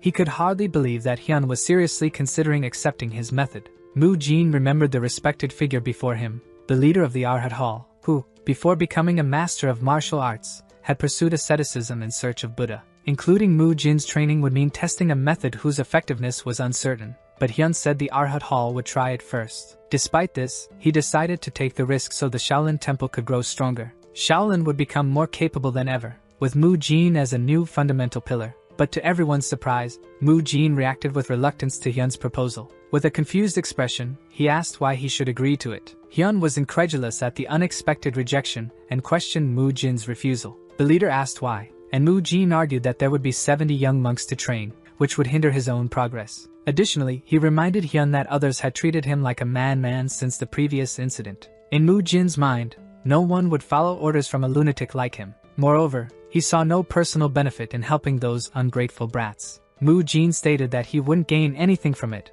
and could lose a lot of time. He made it clear that teaching others wouldn't help him achieve his goals faster. Nevertheless, because of Hyun, he tried to be as understanding as possible. Moo Jin decided to accept the task, but only under a specific condition. That same night, as the moon illuminated the sky with its silvery glow, everyone was fast asleep. Moo Jin took a deep breath, preparing to let out the loudest yell of his life. With a forceful exhalation, he unleashed a powerful roar that echoed through the silent night. The yell abruptly woke all the monks, leaving them startled and confused. Still in the dark, they ran disoriented to the training grounds, not understanding what was happening. They wondered why training had started so early, without even hearing the bell. When they arrived, they were left speechless to see who was behind the call. Their eyes widened as they saw Moo Jin standing there, ready to lead the training. The shock was even greater when they noticed that Hyun and Byeob were standing beside him. Seeing such respected figures supporting Moo Jin left everyone in disbelief. Hyun explained that the reason for the call was simple. They needed to warm up before the main training session. From that moment on, Moo Jin would be in charge of the early morning training. The announcement made many monks laugh, as they didn't take Moo Jin seriously. However, Moo Jin had anticipated a negative reaction from those who considered him a lunatic. Knowing he couldn't allow himself to be underestimated, he took a deep breath and demanded absolute silence. Moo Jin's voice echoed firmly, showing he would no longer be ignored by anyone. His authoritative tone resonated throughout the temple with the presence of an experienced veteran. Even Byeob was impressed, watching the young monk with admiration as he revealed a new side of himself. Moo Jin made it clear that, from that moment forward, he would teach his family's training method. He demanded to be treated not as a new monk but as a respected instructor. His request didn't surprise Hyun, who was even more impressed by Moo Jin's leadership qualities. In addition to being talented and perceptive, Moo Jin demonstrated firm determination and the stance of a natural leader. With a serious expression and a decisive voice, he showed he wasn't there for jokes or hesitation. However, Moo Gong noticed the laughter of some monks behind him in the field. Those laughs and whispered insults deeply irritated him because he knew Moo Jin's potential. Our Moo Jin also noticed the disrespect and, clenching his teeth, took a firm stance to confront them. He stared at the monks with sharp eyes and asked authoritatively if they thought this was a joke. To end any doubts, Moo Jin asked if anyone had a problem with him being the instructor from now on. Including those who had laughed earlier, he challenged them to express their objections right then and there. As expected, 4 young monks stepped forward, ready to challenge his authority in a mock fight. However, Moo Jin moved with unexpected speed, ducking at the last second. The maneuver caused the monks to clumsily collide with each other. One of them panicked, realizing Moo Jin had disappeared from his field of vision. Meanwhile, Moo Jin calmly appeared behind them, displaying a relaxed and confident posture. He mockingly stated that he had gained so much muscle mass that it should have been impossible to lose sight of him. With impressive speed, he moved toward one of the monks, catching him completely off guard. Mu Jin's quick and precise action put him in absolute control over his opponent. Without hesitation, he delivered his iconic chain punch, leaving the monk in a desperate situation. When all four were down, Mu Jin asked if anyone else wanted to face him, but everyone seemed unwilling to fight Mu Jin, so he told them all not to forget to call him instructor during the morning training. With an authoritative voice, Mu Jin ordered everyone to lie down on the ground and warned that if their abdomens touched the floor, the weight would be doubled. Explaining the training, he instructed them to bend their arms and then lift themselves up, forming a proper push-up. Watching this performance left Biab intrigued. He wondered if Mu Jin had taught others before. However, despite his talent, Mu Jin wouldn't manage all 70 monks alone, so he called others to act as his assistants. With this help, they could manage and teach the monks. However, when Mu Kyung taught others, he would likely also boost his own confidence. Though Biab, a Buddhist resembling a soldier, was strict, he had learned a perfect training regimen for himself thanks to Mu Jin. Those children who had faced Mu Jin earlier were now following orders as instructed. As Biab looked at Mu Jin, he told him that if anyone crossed the line, he shouldn't hold back. Over time, Mu Jin's training began to show its effects on the young monks, as their endurance and physiques improved. Mu Jin inquired about the items he had previously requested, and the two affirmed that everything was ready. This clearly pleased Mu Jin. What he had requested as a condition was a set of a power rack and a bench press. He thought to himself that he would make good use of that equipment to focus on his training, even though everything was made of wood except for the iron bar. However, training more than 30 young monks left Mu Jin with insufficient time for his own training. Because of this, he had asked Monk Hyun for that personalized set for himself. With his eyes shining, he couldn't believe he would be able to do those exercises in the Murim. After 4 months of consistent training, Mu Jin managed to advance several levels. The weight he lifted was around 90 kilograms. Mu Jin was able to lift weights exceeding his own body weight at just 13 years old. While performing his squats with the bar, he finally finished his set of repetitions. In total, the weight he lifted across the 3 main exercises was 230 kilograms, and Mu Jin felt immense satisfaction every day. He continued this life consistently, and thus autumn and winter passed. After the snow melted and plants began sprouting again, 20 young monks left the Shaolin Temple. They were monks who had failed to learn martial arts within a year. However, despite this, neither of the two, Mu Jin or Hyun, felt sad, as 50 young monks remained that year, all thanks to Mu Jin. At this point, it was foolish for anyone to refuse to acknowledge Mu Jin's training methods. In addition to Hyun recognizing this, he realized that Mu Jin was now a great supporter and asked if he should get more items from Mu Jin as he urgently needed them. With the results Mu Jin achieved with his training methods, there was hope for acquiring more equipment. However, budgets for expensive items were quite limited. Still, there was a solution for that case, and fortunately it wasn't a hopeless one. Hyun truly hoped that one day they would take the test to officially join the Shaolin Temple. The official admission test was the final challenge for new monks, used to select the disciples who would be directly affiliated with the Shaolin Temple. And if Mu Jin's training methods were proven effective, they would be able to acquire all that training equipment. After half a year, Mu Jin experienced a growth spurt and was able to handle 400 kilograms in 3 exercises. Even though Mu Jin had trained for 1 year and 9 months, he hadn't grown much, precisely because he was a martial artist. If Mu Jin grew too much, his muscles would interfere with his movements in martial arts. That's why he sculpted his body to be perfect for martial arts, comparable to celebrities with ideal physiques. Mu Jin's body was developing slowly, transforming his muscles into those of a martial artist. Meanwhile, as Mu Jin continued his training, Hyun Sung left the Arhat Hall and transferred elsewhere. Hyun Sung went to meet the head of the Shaolin Temple to discuss the exam that would take place in 5 days. Word had reached him that many more students had remained in Hyun Sung's temple this time than in previous years. Hyun Sung confirmed this. Hyun Chun noticed that Hyun Sung was very confident in his abilities. He also mentioned that this time, the exam would be different from the previous ones. The head of the Shaolin Temple,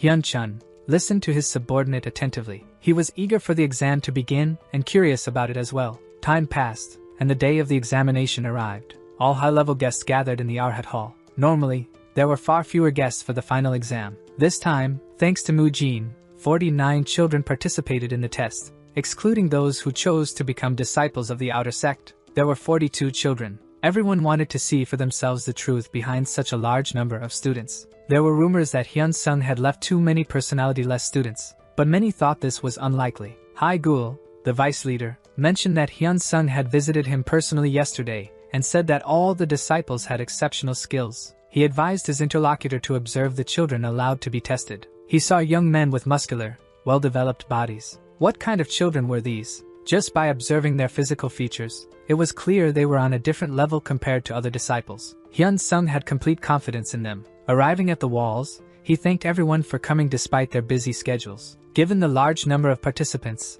the introduction didn't need to be prolonged. The test was about to begin. Mu Jin told Mu Gong not to be nervous. It was time for everyone to head to the arena. Mu Jin ran ahead. It was time to have fun. For the junior monsters, official entry into Shaolin was straightforward. An elementary level student would face a senior level student. Teachers from different schools observed the battles, selecting disciples to teach. Usually, the duel between elementary and senior levels lasted until the junior demonstrated their abilities. But today, no one knew who was senior or junior. The Shaolin Temple head, Hyun Chun, congratulated Hyun Sung, praising the high level of this year's students. Hyun Sung smiled and replied that Hyun Chun hadn't seen half of the children yet. Curious, Hyun Chun eagerly awaited more. Mu Yel, an elementary level disciple, was called to the arena. Mu Jin reminded Mu Yel of what he had told him yesterday. Mu Yel, confident, responded that he would have fun and return soon. Mu Yel was ready for the exam. He stepped into the arena, smiling. When the match began, he attacked his opponent immediately. He delivered the first strike. The opponent noticed that Mu Yel had mastered 10 circular exercises and 13 of the small red tiger style. Now, the senior disciple would evaluate the junior's footwork techniques.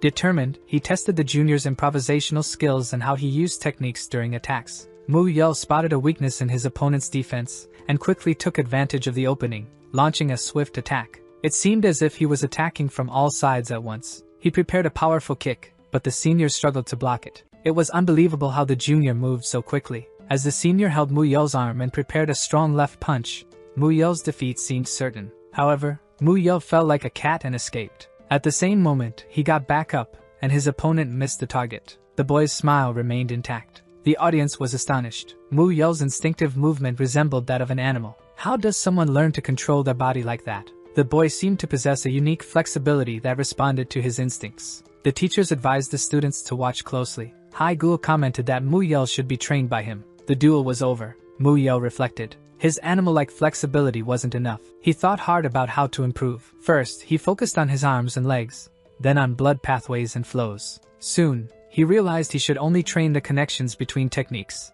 ignoring the flows. Hyun Chung asked Hyun Sang how he managed to raise his students' levels so much. He secretly sent talismans to them. An entry-level student, Mu Gong, was called to the ring. Mu Jin met him to help him stay calm. This year, Mu Gong had transformed into a mountain of iron muscles. He wasn't nervous at all. The flows erupted in embarrassed cries. This was a junior student. There was some kind of disappointment. Perhaps they were hiding his age. Mu Gong's opponent looked up at him. How could a junior disciple grow to 186 centimeters? Mu Gong thought that, until this day, he had endured the hardest training. There was no way he would lose. The referee ordered the start of the sports battle, and Mu Gong rushed like an athlete to attack. Mu Jin remembered that, despite his excellent physique, Mu Gong's body was like wood, so they used stress to build muscle mass. His appearance added to that. And now, Mu Gong was an impenetrable tank and attacker. Mu Gong's opponent barely had time to brace for the hammer-like impact of his strength. Although the elder was considered a match for the younger students, he thought that if he held against such force,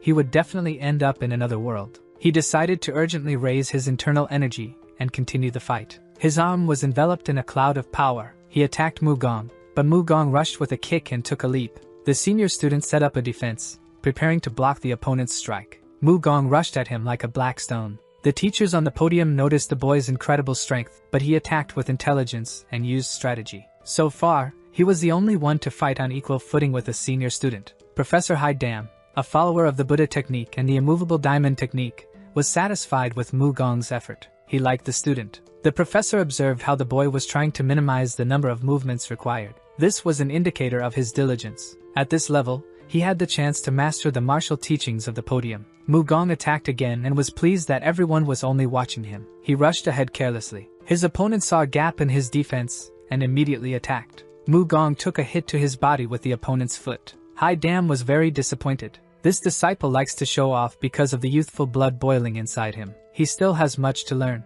Hai Dam decided that he would personally train Mu Gong. Mu Gong returned in a very depressed state. Mu Jin supported him, saying everyone makes mistakes, but the fight was enjoyable. Mu Kyung was called to the stage. At that moment, Mu Jin recalled that the boy had never fully recovered from the fight with the other students. Therefore, constant training was necessary to suppress his madness and prevent him from becoming the bloodthirsty monk from the book. But Mu Jin knew that Mu Kyung was much more dangerous than both Mu Yel and Mu Gong. The senior student was analyzing Mu Kyung's fighting technique. 6 hands of the sun, diamond palms, stone column, stone finger. He used an infinite number of techniques. The boy seemed to know absolutely every technique. The senior student was mirroring them and couldn't go on the offensive, but it dawned on him that this boy was a genius. Mu Jin watched the fight. Mu Kyung was a bit scared at first, but then everything went smoothly. What worried Mu Jin was that, in long battles, Mu Kyung would become an empty shell and lose control of himself. The referee shouted that the match was over. Mu Kyung seemed not to hear this and kept attacking. His face turned into a mad smile. He thought he was having a great time and continued to attack. Mu Jin was terrified, thinking that Mu Kyung had blacked out again, like during that fight. He remembered that it was with this exact expression on his face that Mu Kyung had blacked out and defeated Mu Tae. An aura of rage enveloped the boy's entire figure. Mu Jin mentally urged him to come to his senses. A man sitting on the roof was watching the battles and drinking wine. He had come when he heard the commotion, thinking Hyun Chung was throwing a party, but it turned out to be just an exam for the newcomers. The first boy was good at dodging. The second boy was just a fool but strong. He will probably like Mr. Hai Dam. And who is this wonderful boy? Look at the gaze in his eyes. The observer on the roof was very interested in the student. He will take him inside. He left the roof. Even though the player had stopped intimidating, Mu Kyung did not think of stopping. The eldest disciple had already been taken down. Mu Kyung flew towards the lying opponent and applied the Dharma technique of the 18 commandments. Mu Jin was already shouting in his voice to stop. Hyun Chung and Hyun Sun anxiously looked around the arena. Mu Kyung's arm flew toward the defenseless opponent.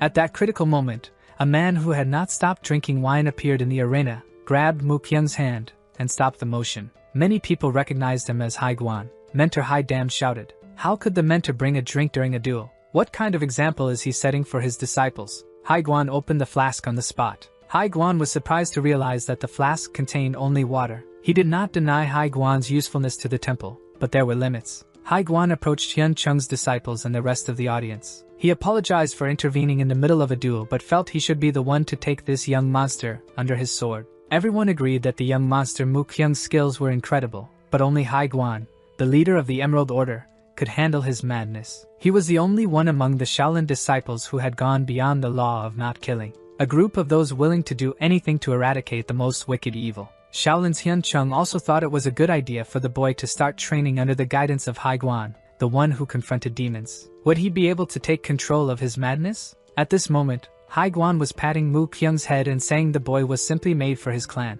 Mu Kyung came to his senses and screamed. Hai Guan laughed and admitted he was shocked. He never thought he would take in a student crazier than himself. Seeing Mu Kyung and being embarrassed by this discovery, Hai Guan left the examination test as if he were not interested in what was happening. This situation stirred the audience a little, but soon, they calmed down, and the examination continued. Only one man was concerned. He was as nervous as if he were about to be swept away by a tsunami. The senior apprentice conducting the exams thought, if the junior apprentices had already become monsters, who would appear next? Mu Jin was called to the arena, and he stepped forward confidently. The senior apprentice appreciated that this guy seemed to have a good physique and excellent flexibility. At first glance, he appeared normal. Hyun Sung recommended Mu Jin to Hyun Chung as the best student in the entire school. If Mu Jin could be considered as someone capable of gathering and completing all existing martial arts, Mu Jin was the engine of martial arts progress. During training, he used to ask his mentor Biub Gang about his internal strength. He had already demonstrated the fast foot technique and combat steps by then,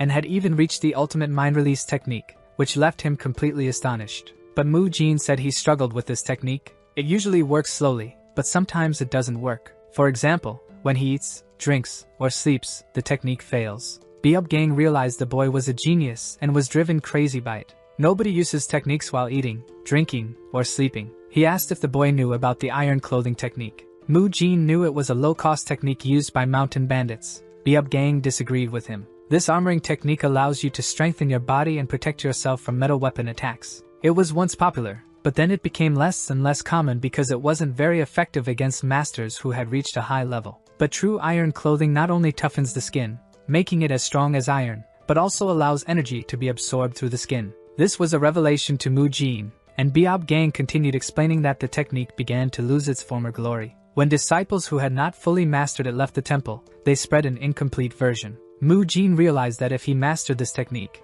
he would be able to absorb energy at any time, and if he combined it with training, he could double the effect. If he combined the iron technique with ribbon training, he would find a better use for it. Mu Jin had an incredible talent for learning technique after technique and practicing everything he encountered. He achieved unimaginable results in basic martial arts. Probably, he achieved his goals so easily due to his experience as a trainer. However, in the future, he was going to participate in fights where he could only rely on his knowledge of the original martial arts. So he asked Biob Gang to teach him the iron and clothing technique. After that, he pushed himself hard in all training sessions, and the boys were sure their friend was a serious psychopath. Now he was fully charged with energy. During the exam, the senior student thought it was impossible for a school student to release so much energy. Clenching his fists, he said that the energy he had accumulated was a result of his training, and the only method to use that energy. It would be through his own collaboration in martial arts, and he was going to show everyone present at that moment. An older monk observed the young monk with pride,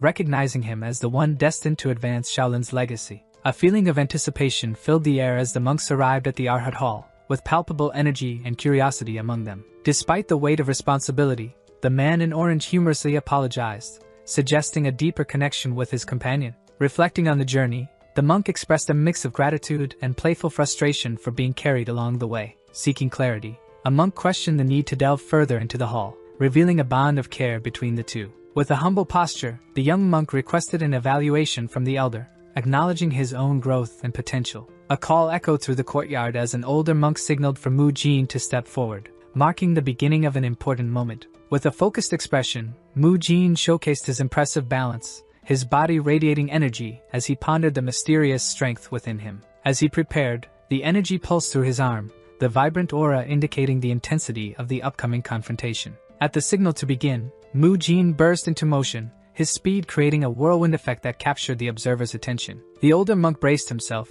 a tense expression on his face, as he anticipated the powerful techniques Mu Jin might unleash. With an explosive surge of energy, vibrant flames followed Mu Jin's agile leg movement as he initiated the 9 royal kicks. As energy radiated from his arm, Mu Jin prepared for the plus Guan strike, a testament to his strength and focus. Shouting with determination, he declared his intention as he initiated the first technique of the chain strike, a fierce display of resolve. With a strong twist of his body, Mu Jin unleashed the central punch, the air around him rippling in response to his strength. Breathless and intense, his expression revealed both effort and determination, capturing the essence of his formidable spirit. With fierce determination, Mu Jin channeled his energy, preparing to execute the intricate principles of the 9 royal kicks. After achieving a surge of power, he invoked the first technique of the chain strike, a confident smile lighting his face as the air thickened with tension. He boldly declared his mastery of hybrid martial arts, embracing the essence of multiple fighting styles with unwavering focus. Mu Jin advanced forcefully, unleashing the ferocity of the second technique. His intensity was palpable. Catching his opponent by surprise, the latter reacted with disbelief, struggling to withstand the overwhelming impact. Despite years of training, with a level of urgency yet unseen, Mu Jin's opponent fought to announce the imminent second attack. His eyes widened in alarm, and in a swift motion, he affirmed his strategy, proclaiming his intent to dodge the approaching blow with fierce determination. Mu Jin, however, revealed his cunning illusion, and with a triumphant expression, he acknowledged the successful execution of his disguise as they clashed, their hands meeting with a thunderous force, sending shockwaves through the air. Each fighter was fully engaged, captured by the moment, both warriors gripping tightly, their expressions revealing the strain of the incredible grip strength between them. With fierce intensity, one of the fighters channeled his energy, fully aware that he was reaching his limits in this exhausting encounter. Surprised and impressed, the older mentor observed closely, astonished by the unexpected power demonstrated by his determined disciple as he advanced. The fighter invoked a variety of techniques, revealing a mix of skills that seemed beyond basic training, illustrating the finesse of his approach. He emphasizes the importance of traditional methods while navigating chaotic movements with precision. In a moment of realization, the mentor admires the innovation displayed, recognizing the unique combination of skills his student has forged. A determined fighter rises triumphantly, proclaiming the wisdom of mastery, as a crowd observes his passion. The elder mentor, with a wise posture and a flowing beard, leans in to engage with his student, seeking clarity in their dialogue. Breathing fervently, the fighter passionately urges others to approach the training area, his excitement palpable in his animated expression. With an electrifying realization, the fighter exclaims, questioning the identity of the place as a center for mastery in martial arts. Reflecting on his journey, he shares his dedication to rigorous training over the past 2 years, revealing both diligence and frustration. The fighter unleashes his full power, passionately expressing the freedom of fighting without fear of injury, a fiery aura surrounding him. With a clenched fist raised high, he embodies the excitement and nervous anticipation that accompany a confrontation with a formidable opponent. As he charges forward, each moment seems suspended in time, conveying the intensity of his focus and determination. The fighter's sharp gaze remains fixed on his opponent, perceiving their next move and the subtle shifts in the battle. A moment of realization dawns on him as he contemplates the unexpected turn of events, questioning the noise around him. A figure in an orange robe stands confidently amid the crowd, a glimmer of recognition lighting up their expression as whispers fill the air. On a balcony, 2 men watch in shock, their faces reflecting disbelief, while a third figure gestures dramatically below them. An elderly master, cloaked in red, rushes forward, appearing to pay homage, his movements laden with urgency and respect. A group of students bows deeply in reverence, united in their admiration for the imposing presence before them. In a dialogue full of sincerity, a figure fervently apologizes to another, suggesting a deeper connection and shared understanding. A young man, with furrowed brows and beads of sweat glistening, steps forward to ask an important question about a child. An elderly figure, arms around the shoulders of a younger monk, inquires about lowering his robe, with subtle curiosity. The young man looks at his bare legs, expressing personal dissatisfaction with his current physical condition. In a moment of awe, the audience gasps, captivated by the young man's impressive and well-defined physical silhouette. With sincerity, a monk poses a thoughtful question, connecting past events to the young man's rigorous martial arts training. The young man, wide-eyed in shock and sweat dripping down his face, struggles to comprehend how someone discovered his secret. An elder, surrounded by curious listeners, passionately explains the diverse martial arts styles rooted in Shaolin tradition. With a hint of embarrassment, the young man admits his simplicity, gesturing toward his choice to focus on specific martial arts. Beside him, a shadowy figure mirrors his movement, hinting at their past as a less significant protagonist in the narrative. 2 monks, puzzled, exchange glances as one reflects on the young man's insecurity in mastering advanced techniques. The young man describes his understanding of hybrid martial arts, demonstrating a stance with energy encircling his fist, while balancing on one foot. Arrows indicate the flow of energy through his body, illustrating the dynamic movement required for mastery. With a focused expression, the young man trains under the elder's watchful eye, determined to strengthen his physical resistance against amplified forces. With a sense of surprise, he absorbs the elder's knowledge about the Iron Guard technique and its importance in controlling raw power. Confusion and curiosity linger in the young monk's mind as he questions the identity of the wise elder beside him. The abbot inquires about Mu Jin becoming Bab Gan's disciple, a serious conversation underscored by curiosity and potential. In silent contemplation, a young man reflects, pondering the immense power of the elder, his thoughts swirling with uncertainty. A close-up reveals the elder's hands, suggesting a troubled past and physical impact, challenging the expectations of a typical Shaolin monk. A look of confusion crosses the young man's face as he admits his unfamiliarity with the elder's name in literary circles, showing surprise as he questions the elder's identity. The atmosphere thickens with intrigue, highlighting a search for knowledge and understanding. A young monk stands solemnly before the elder, gesturing as he articulates the importance of the encounter and his questions. With a stoic posture, the elder begins to reveal the legacy of his great master Hyun Guang. In a powerful proclamation, he unveils Hyun Guang's reputation as the greatest martial talent in the world, a statement that resonates deeply. The young disciple, brimming with enthusiasm, reflects on his own lineage while recalling the shared name among his peers. The elder recalls a time when Hyun Guang surpassed his superiors, emphasizing his unparalleled talent with conviction. Seated at the table, 2 figures contemplate the damages sustained, while a lantern casts a soft glow over their serious expressions. The elder's face is marked with concern as he reveals the alarming threat posed by the demonic cult, highlighting its gravity. Shock overwhelms the young disciple, his wide eyes reflecting disbelief as he processes the mention of the demonic cult. With urgency, the elder recalls a dark period when the cult invaded the peaceful lands, sharing the severity of their actions. The elder sternly explains the value of protecting lives,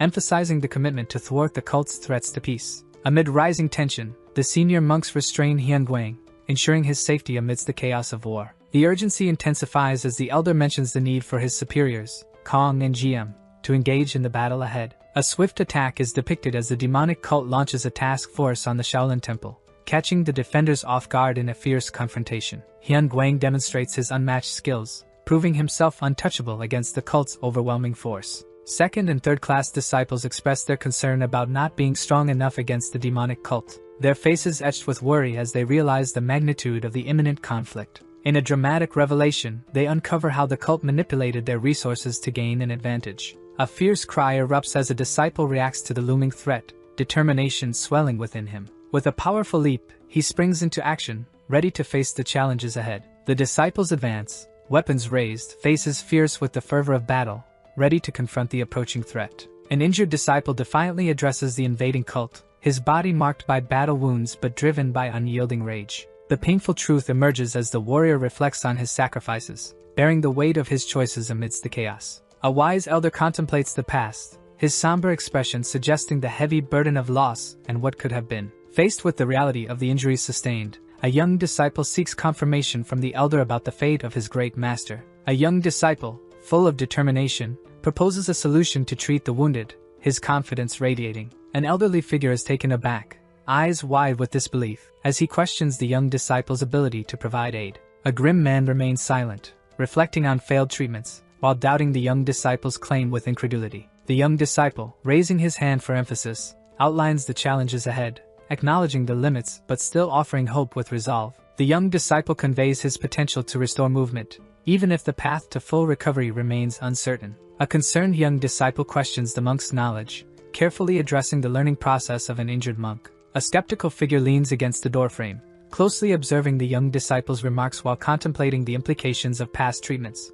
Images of intense training emerge, illustrating the disciplined regimen the monks follow to hone their skills and heal injuries. A surprised elder clutches the edge of his robe, seeking confirmation of the claims presented, his brow furrowed with doubt. The young disciple, with determination etched on his face, explains the challenges ahead, emphasizing the significant differences in conditions between the two monks. A tense, urgent hand strikes the surface, emphasizing the necessity of certain requirements in the discussion at hand. A visibly distressed elder exclaims passionately about the extremes Shaolin Temple will go to save a life. A martial artist, radiating energy and focus, demonstrates the universal desire among practitioners to enhance their physical abilities. In stark contrast, a practitioner lies on a table while a healer employs questionable methods, raising ethical concerns about his approach. Despite several attempts to improve the boy's condition, the treatments resulted in exacerbating his physical challenges, revealing disastrous reckless practices. A young martial artist trains diligently, illustrating the dedication needed to achieve stable transformation in physique. Abbot Hyun Gwang engages in a serious conversation, firmly believing that the boy has the potential to assist him. A resolute and intense elder contemplates the need for a great sacrifice for the sake of a revitalizing pill, and with conviction in his stance, declares his willingness to give up an arm, inspired by the sacrifice of a revered abbot. The young martial artist ponders the true nature of his training, questioning whether Shaolin arts encompass powers beyond his current understanding. A young martial artist receives an invitation to enter the chamber, ready for an important discussion about his future. The head of the disciplinary court, Hyun Gong, is introduced with authority, demanding respect within the meeting. Hai Dam, a formidable figure, presents his impressive titles, demonstrating his strength and mastery in martial arts. The young martial artist, determined and focused, points out the senior opponent responsible for a previous incident, seeking clarity. Two senior figures affirm their commitment to assisting the great master Hyun Gwang, eager to embark on a critical mission. A young martial artist reveals a sense of urgency by clenching his fist, signifying a crucial moment of decision. A close-up captures the protagonist's expression of surprise and confusion,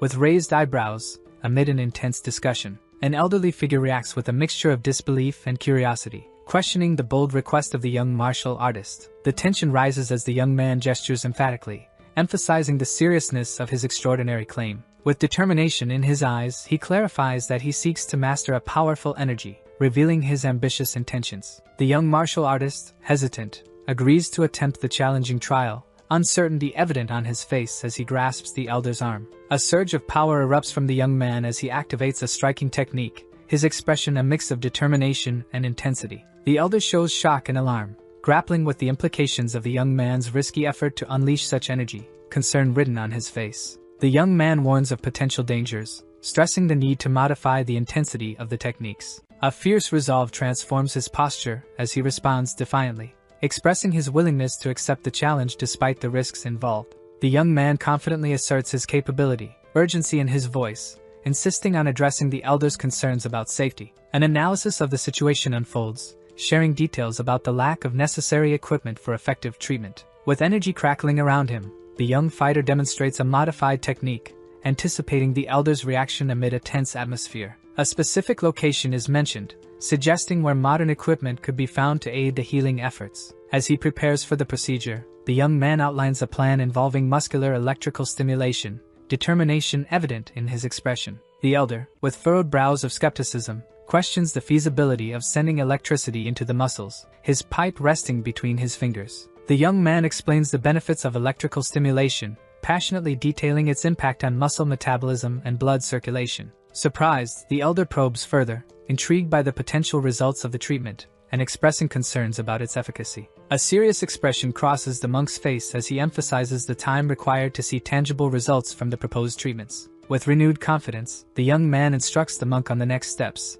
eager to share his knowledge and advance the healing journey. The elder, with a determined expression, insists on using Hyun Guang's extreme energy, asking the young man to channel its potential onto him. A powerful burst of energy emanates from the young man's palm, bold text conveying the intensity of the divine palm of Rolai's strike. Sweat drips from the young man's forehead as he reacts to the overwhelming heat, exclaiming his discomfort urgently. The elder calmly and firmly reassures the young man, emphasizing the importance of reducing the energy wave's potency directed at him. With focused resolve, the young man instructs how to channel the energy effectively, comparing it to the sun shining in the sky. The young man urgently requests weakening Hyun Guang's extreme energy and bringing it closer to his palm for better control. An expression of concentration fills his face as he recognizes the ideal level of heat surrounding him, with beads of sweat gleaming on his skin. The elder meticulously explains the roles in the treatment process, highlighting the particulars of the electrical stimulation device with authority. The elder instructs on the duration of shortwave diathermy use, drawing parallels to the teachings of a monk. The young man articulates the benefits of thermal energy on the body, emphasizing its role in detoxification and revitalizing circulation. The elder emphasizes the benefits of warm light therapy, passionately explaining its similarities to sunlight for effective treatment. The young man, with a concerned expression, asks if he interpreted the elder's teachings about the techniques correctly. The elder illustrates the difference in treatment, noting the unique circumstances surrounding the condition of the great master Hyun Guang. The young man reflects on trusting unknown techniques while acknowledging his limited understanding. Determined and serious, he asserts his expertise and genuine desire to assist with his knowledge. The text highlights Mu Jin's dual expertise as a personal trainer and licensed physical therapist in Korea. Immersed in his studies, he researches exercises and nutrition to enhance his understanding of body rehabilitation. The narrative reveals his motivation to acquire the correct knowledge to effectively treat his past injuries, reflecting on his dedication. He recalls his commitment to studying at night to obtain the necessary technical licenses. The final sentence emphasizes Mu Jin's unique ability to improve Hyun Guang's condition, deemed untreatable by others. Mu Jin appears distressed as he reflects on the critical condition of the great master Hyun Guang, shock evident in his expression. He expresses his genuine desire to help as he speaks to the skeptical elder and the practitioners gathered around him. The elderly practitioners exchange worried glances, realizing their previous efforts to assist Hyun Guang have failed. Determined, Mu Jin contemplates the possibility that his unique methods might succeed where others have failed. The elder, visibly anxious, remains silent, regretful of his earlier outburst. Amid the tense atmosphere of the conversation, a somber expression crosses the elder's face as he responds, acknowledging the long-term nature of the proposed method. The young practitioner, with determination in his voice, insists on a trial period but expresses doubts about the outcome. A group of shadowy figures appears menacingly, delivering a grim promise of repercussions for mocking the elders. The young man lowers his gaze, understanding the situation with a weight of resolution. With renewed energy, he enthusiastically encourages a demonstration, eager to showcase his martial arts skills. The elder's contemplative expression suggests a reluctant acceptance of the young man's potential truth as he carefully chooses his words. As the elder addresses the group, a sense of authority fills the air, urging everyone to pause and reconvene later. In a moment of reflection, the elder examines a small object, his gaze thoughtful as he considers the complexities of his training.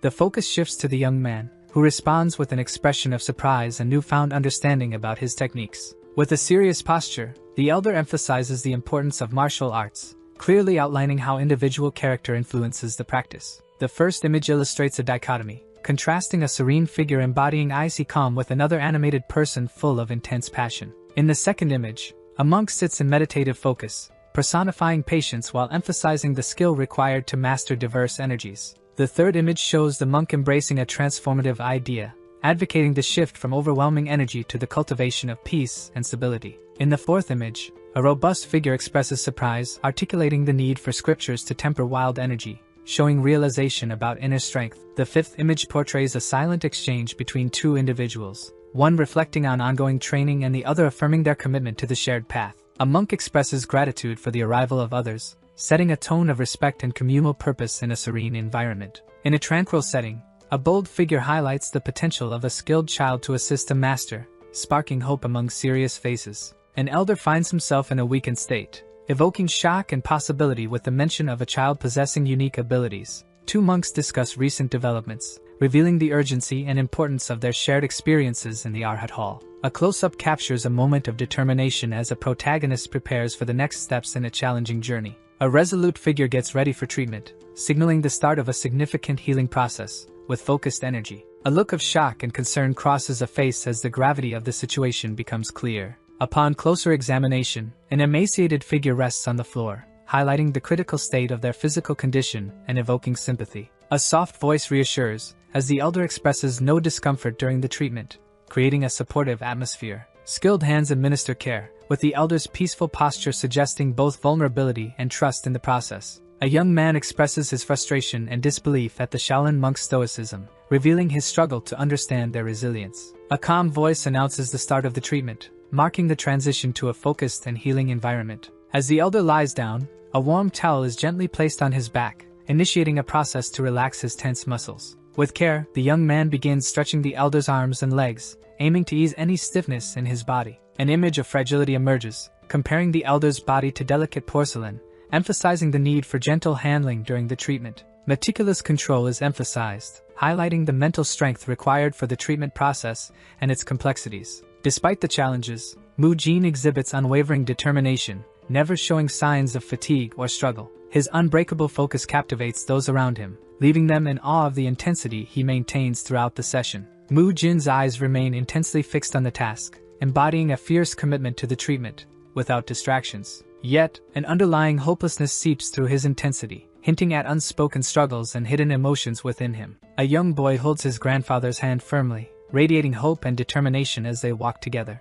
An elderly man rests on the bed, sweat dripping from his forehead, revealing his state of exhaustion. And Mu Jin tends to the frail man with visible dedication and concern, his face marked by sorrow. Two men approach, one signaling the end of the treatment, while the other prepares for the next steps. While standing beside the patient, one confirms the success of the treatment, while the other assists him with care. Under the moonlight, a disciple organizes belongings, symbolizing a transition to a new place. Lying in bed, he looks up in frustration as he recalls the time when he could distance himself from others. He questions the current situation, perplexed by the shared space and the responsibility of caring for the wise master. Resigned, he expresses longing for his solitude while acknowledging the demands of the coming day. Mu Jin reflects on the critical state of the great master Hyunguang, recalling the deep scars left by life. A faint smile emerges as he remembers cherished memories and important connections from the past. Mu Jin's face grows somber, as he admits how much he misses the figure who shaped his life. With determination, a boy helps an elder with care,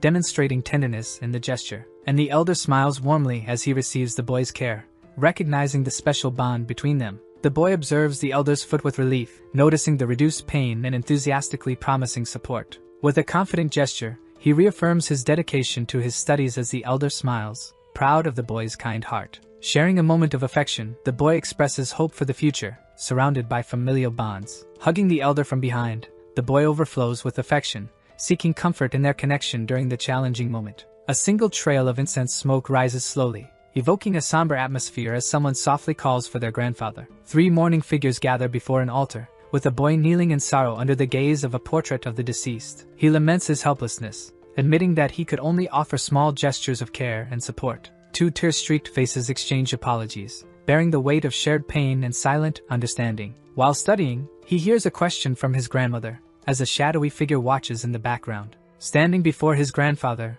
Mu Jin expresses regret for not wanting to attend university, and she looks at him with concern. Scattered study materials reveal an open notebook with notes on health management, suggesting a deeper purpose. Mu Jin's gaze fixes on a bold poster of soldiers, reflecting on the gravity of enlisting in the Korean army. With enthusiasm, he declares his admiration for the soldiers and imagines his place in a special force. In a moment of joy, Moo Jin shares the news of passing a public exam with his grandmother, and her smile expresses relief and pride. A gloved hand firmly grips another, promising care with unwavering commitment. An elderly figure remains alone, surrounded by untouched food, expressing concern for an absent loved one. Masked figures move through the forest, determined to honor a promise of protection made to a family member. With fierce determination, a soldier raises his fist and vows to protect a dear person against any threat. A masked gaze laden with urgency scans the surroundings with full attention. Whispering a name symbolizing a deep family connection, the young man urgently seeks answers about Lieutenant Choi Kang-hyuk. The tension rises as the young man's face reflects intense concern,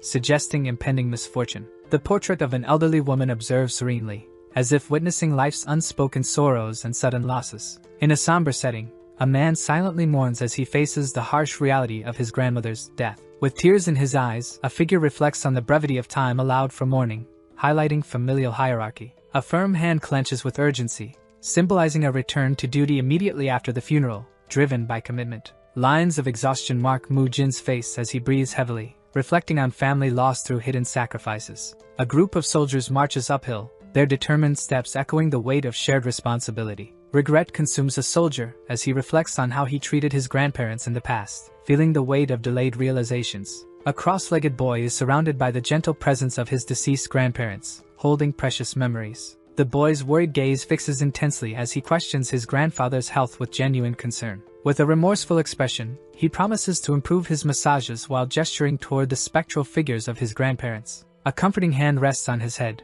carrying a healing presence as deep emotions stir within him. Laughter fills the air as a friend teases him for crying, bringing a moment of levity to the scene. He denies his tears as he speaks to his grandfather, struggling to control the emotions overwhelming him. Anxiously, a disciple questions the great master Hyun Gwang with a gaze full of concern. The elder's gaze returns with a mix of wisdom and weariness, reflecting the burdens he carries alone. Lying on a pillow, Moo Jin is consumed by longing, feeling the weight of someone dear's absence. A firm proclamation of self-sufficiency echoes in the air, but an inner conflict simmers just beneath the surface. A realization strikes Moo Jin as he reflects on his past efforts, his focused expression revealing the depth of understanding he has gained. With a warm smile, the elder invites Moo Jin to call him grandfather, softening his demeanor with a welcoming wisdom. The disciple freezes, his brow furrowed in confusion as shock overwhelms his thoughts. Concern etches across his face as he questions the elder's strange behavior, torn between anxiety and curiosity. The master's enigmatic behavior prompts the disciple to hesitantly reflect on the meaning of this new familial connection.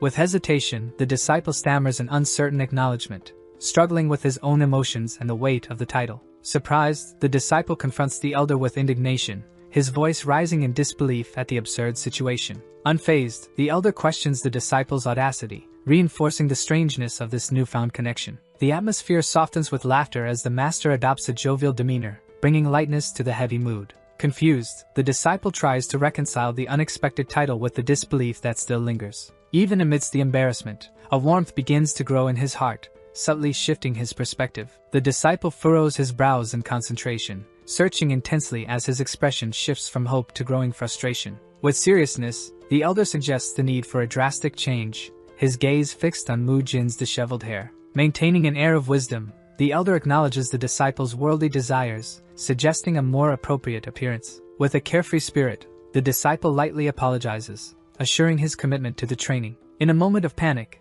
the disciple rummages through the shelves and yells in disbelief upon realizing the sought-after item has vanished. Consumed by frustration, he raises his hands in exasperation as despair overtakes him. Surrounded by books and papers, he reflects on the lack of resources, lamenting the futility of his search for excuses. Regret strikes him as he considers the time spent growing his hair, his face hardening with determination. A conversation arises, questioning the meaning of monks cutting their hair, planting doubt in the disciple's mind. As the master explains the symbolic act of cutting hair, the disciple begins to grasp its deeper significance. Thoughtfully, he ponders the connection between worldly desires and Buddhist teachings. A wise figure recounts the teachings of the Shaolin Temple, evoking the legacy of enlightenment left by revered masters. With a cheerful expression, the master emphasizes the importance of letting go of worldly attachments in pursuit of true spiritual cultivation. The disillusioned disciple mocks the grand lessons, his frustration evident as he challenges traditional ideals. In a moment of despair, he holds his head,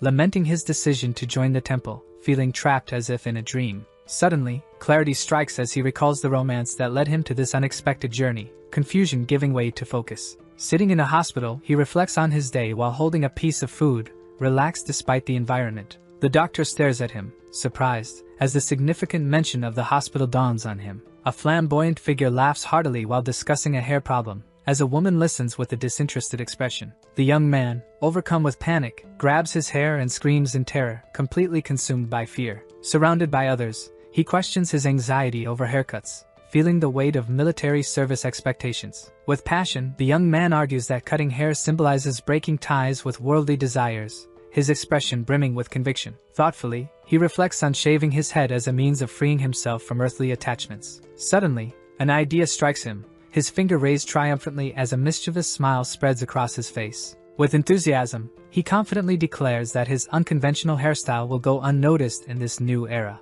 As he runs, his excitement overflows, proclaiming his genius and circumventing expectations. The next day reveals a serene temple in traditional style, its stairs leading to doors that promise new beginnings. A bald-headed monk joyfully announces his arrival for training, balancing a heavy wooden box filled with equipment. The elder beside him reacts with surprise, his wide eyes revealing concern while another observes curiously. The conversation shifts as the monk is questioned about his belongings, leading him to recall the moment he handed over the razor and scissors. With a cheeky smile, he boldly declares his achievement, showing off his unconventional hairstyle, leaving everyone speechless. One of the monks animatedly questions the significance of hairstyles, linking appearance to the monastic journey. The hairstyle in question is proudly displayed, described as a two-block and mohawk, indicating a lighthearted and rebellious streak. An engraving of a modified swastika in homage to Buddha stands out, as the monk explains its symbolism with reverence. Demonstrating enthusiasm, the monk defends his choice of hairstyle and seeks approval from his companions,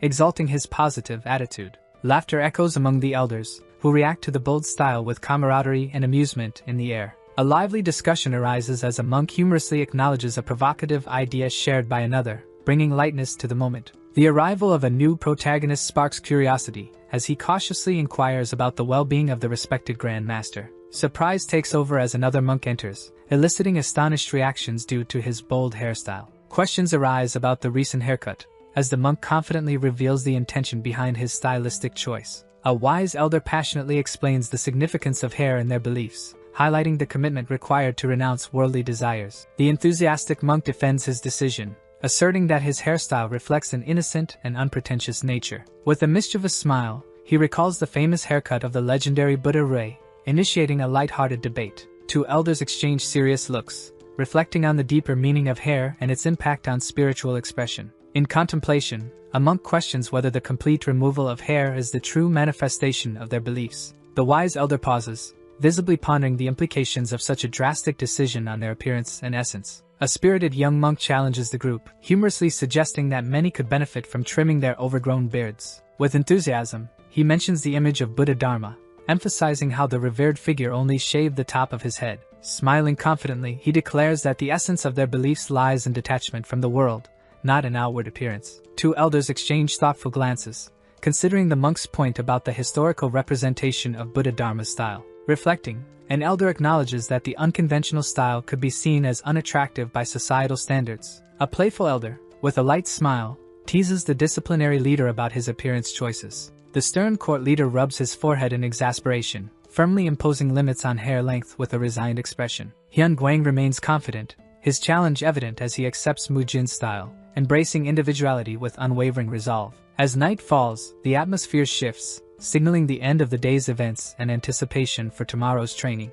A surprised crowd gathers, reacting with shock and curiosity, as Mu Jin's unexpected hairstyle captures everyone's attention. A cheerful figure radiates happiness, proudly announcing the court disciplinary leader's approval of his new hairstyle. A stunned observer questions incredulously the validity of the leader's unusual decision regarding Mu Jin's hair. With a firm expression, a muscular mentor reassures others, stating that if permission was granted, it must be acceptable. The atmosphere fills with excitement as nearby monks absorb the contagious energy, eager to follow Mu Jin's bold example. In a reflective moment, a mysterious figure comments on youthful rebellion and the desire for attention among monks on their spiritual journeys. Walking confidently, a figure reflects on how Mu Jin's hairstyle symbolizes individuality and inspires those around him. With a casual approach, a bold friend greets Mu Jin, showing curiosity and camaraderie as he initiates a conversation. Playfully, another monk expresses a desire to mimic Mu Jin's hairstyle, seeking advice for his own transformation. Among the teasing,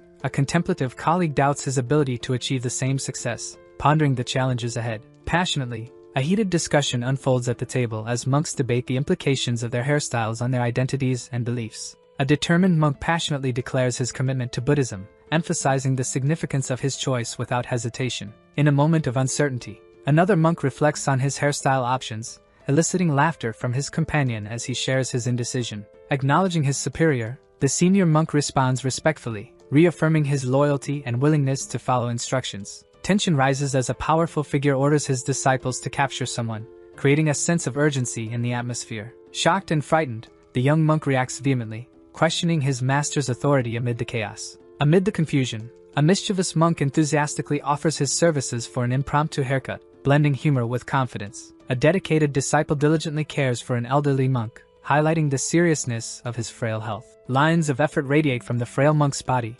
illustrating the physical limits that challenge his treatment. The elderly monk, in a serene state, undergoes a phased treatment plan over several days. With meticulous care, the disciple attends to different parts of the monk's body each day, adopting a holistic healing approach. A text box reveals that Mu Jin's true identity defies the expectations of his role within the Shaolin Temple hierarchy. A disciple confidently announces his departure for training, brimming with enthusiasm and a desire for growth. Sitting calmly, the elderly monk reassures a companion about the care of Grand Master Hyun Guang amid a relaxed conversation. With determination, the disciple reflects on his daily obligations, balancing treatments with responsibilities in the Arhat Hall. In a leader's chamber, a statement conveys excitement about the increased budget for the Arhat Hall, suggesting future improvements. Excited, a disciple inquires about the possibility of new exercise equipment, showing enthusiasm for the changes. The instructor, with authority, explains that all physical training in the Arhat Hall will transition to new methods, reinforcing his leadership. An amused monk comments on a disciple's growing confidence, questioning his newly acquired boldness. Among attentive observers, the disciple's expression shifts to concern as he processes the implications of his methods being officially recognized. In a moment of realization, he wonders if this change means he will have to instruct others, revealing his apprehension about leadership. A figure of authority dismisses time constraints while emphasizing the disciple's responsibility to teach the equipment's usage. Surprised by the sudden request, the disciple offers his help willingly, receiving instructions with determination but visibly anxious. Imagining the future, he becomes excited about the benefits of the new equipment, feeling a wave of motivation for physical improvements. Suddenly, a realization hits him, expressed in a wide-eyed look of concern about the challenges to come. The disciple, dressed in an orange robe, questions the documentation of additional equipment, intrigued by the authority figure's response. With intense focus, the figure explains ideas for new equipment designed specifically for the elderly grandfather's use. Concern grows on the disciple's face as he questions the grandfather's physical condition and the suitability of strenuous exercises. With determination and reflection, the disciple considers a unique exercise tailored for the grandfather, pondering its potential benefits. A colorful illustration highlights the history of Pilates, emphasizing its origins and relevance in rehabilitation, connecting it to the present context. The figure of authority, thoughtful, rests his hand on his chin while firmly deciding on the budget's approval. With enthusiasm, the disciple prepares to jot down essential equipment, his brush poised firmly over the paper, waiting. A wave of uncertainty hits him as he furrows his brow and questions the feasibility of creating the equipment in modern times. An informative illustration details the types of Pilates equipment, clarifying their materials and the importance of each item. Determined, the disciple examines practical alternatives, seeking solutions to replicate the necessary materials for constructing the equipment. The instructor shows concern about the estimated material costs, pondering how budget constraints might hinder progress. After a meeting, Mu Jin appears reflective as he processes the information and concludes his conversation with Hyun Chung.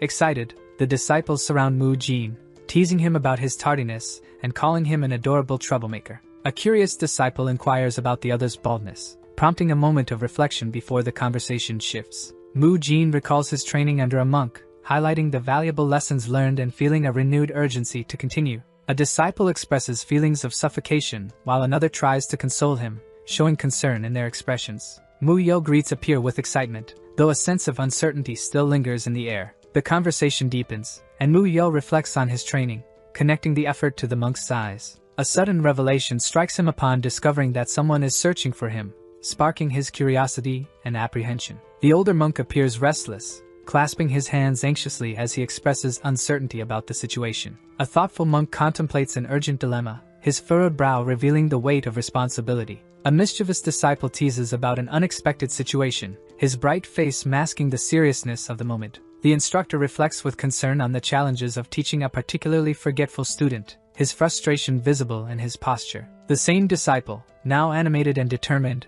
prepares for a task, understanding the importance of preserving a revered technique. Suddenly, he is alerted by an unexpected sound suggesting a change in events around him. A cheerful monk smiles enthusiastically while calling out to a colleague, his face lit up with pure joy. An experienced monk chuckles softly, shaking his head in amusement as he appreciates the young monk's contagious positivity. And the curious and excited monk dives into a conversation about martial arts, demonstrating his enthusiasm with a bright smile. He reveals his secret to success, crediting a mentor for his guidance, his eyes shining with gratitude. The older monk's expression shifts to surprise and concern as he realizes the depth of the young monk's training influences. A figure in a yellow robe watches, visibly astonished, as a confident young man demonstrates a fighting technique with fervor. The experienced monk walks purposefully across a wooden walkway, reflecting on the unexpected talents of a former student. With determination evident in his gaze, the monk expresses his desire to find Mu Jin, inviting a companion to join him on the journey. A mischievous boy peeks out from behind an older monk,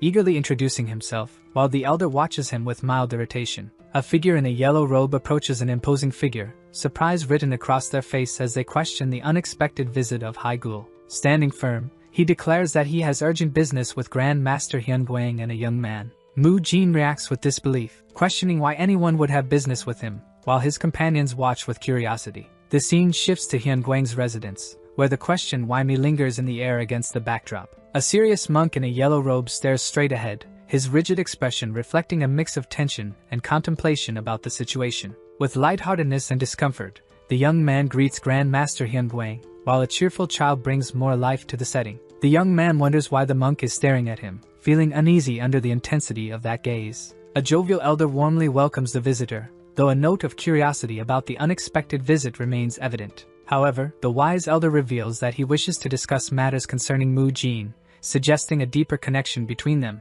In a low tone, he shares his difficulties in teaching a child, expressing hope that Mu Jin's past help might provide some clarity. With camaraderie and concern, the young man shares his own struggles in mastering the basics, seeking Mu Jin's guidance in return. But Mu Jin becomes intrigued, questioning his grandfather's intentions with the child and the Shaolin Temple. With a confident smile, he recalls the friendly duels he shared with his childhood friend during their monk training days. Hearing the story, the energetic child enthusiastically confirms his understanding, seemingly oblivious to the playful nature of the question. The elder monk raises an incredulous eyebrow, contemplating the unusual idea of combining playfulness with serious training. A mix of confusion and surprise washes over the young man as he realizes the implications of the conversation about training. With that, the fight between Mu Jin and Mu Yeo was about to begin. Meanwhile, the other monks were watching the fight firsthand. Mu Jin asked his friend if he was prepared, and he confirmed. Even though it was a simulated fight, they would have a lot of fun with it. Changing scenes, it was explained to us about the Shaolin hand strikes,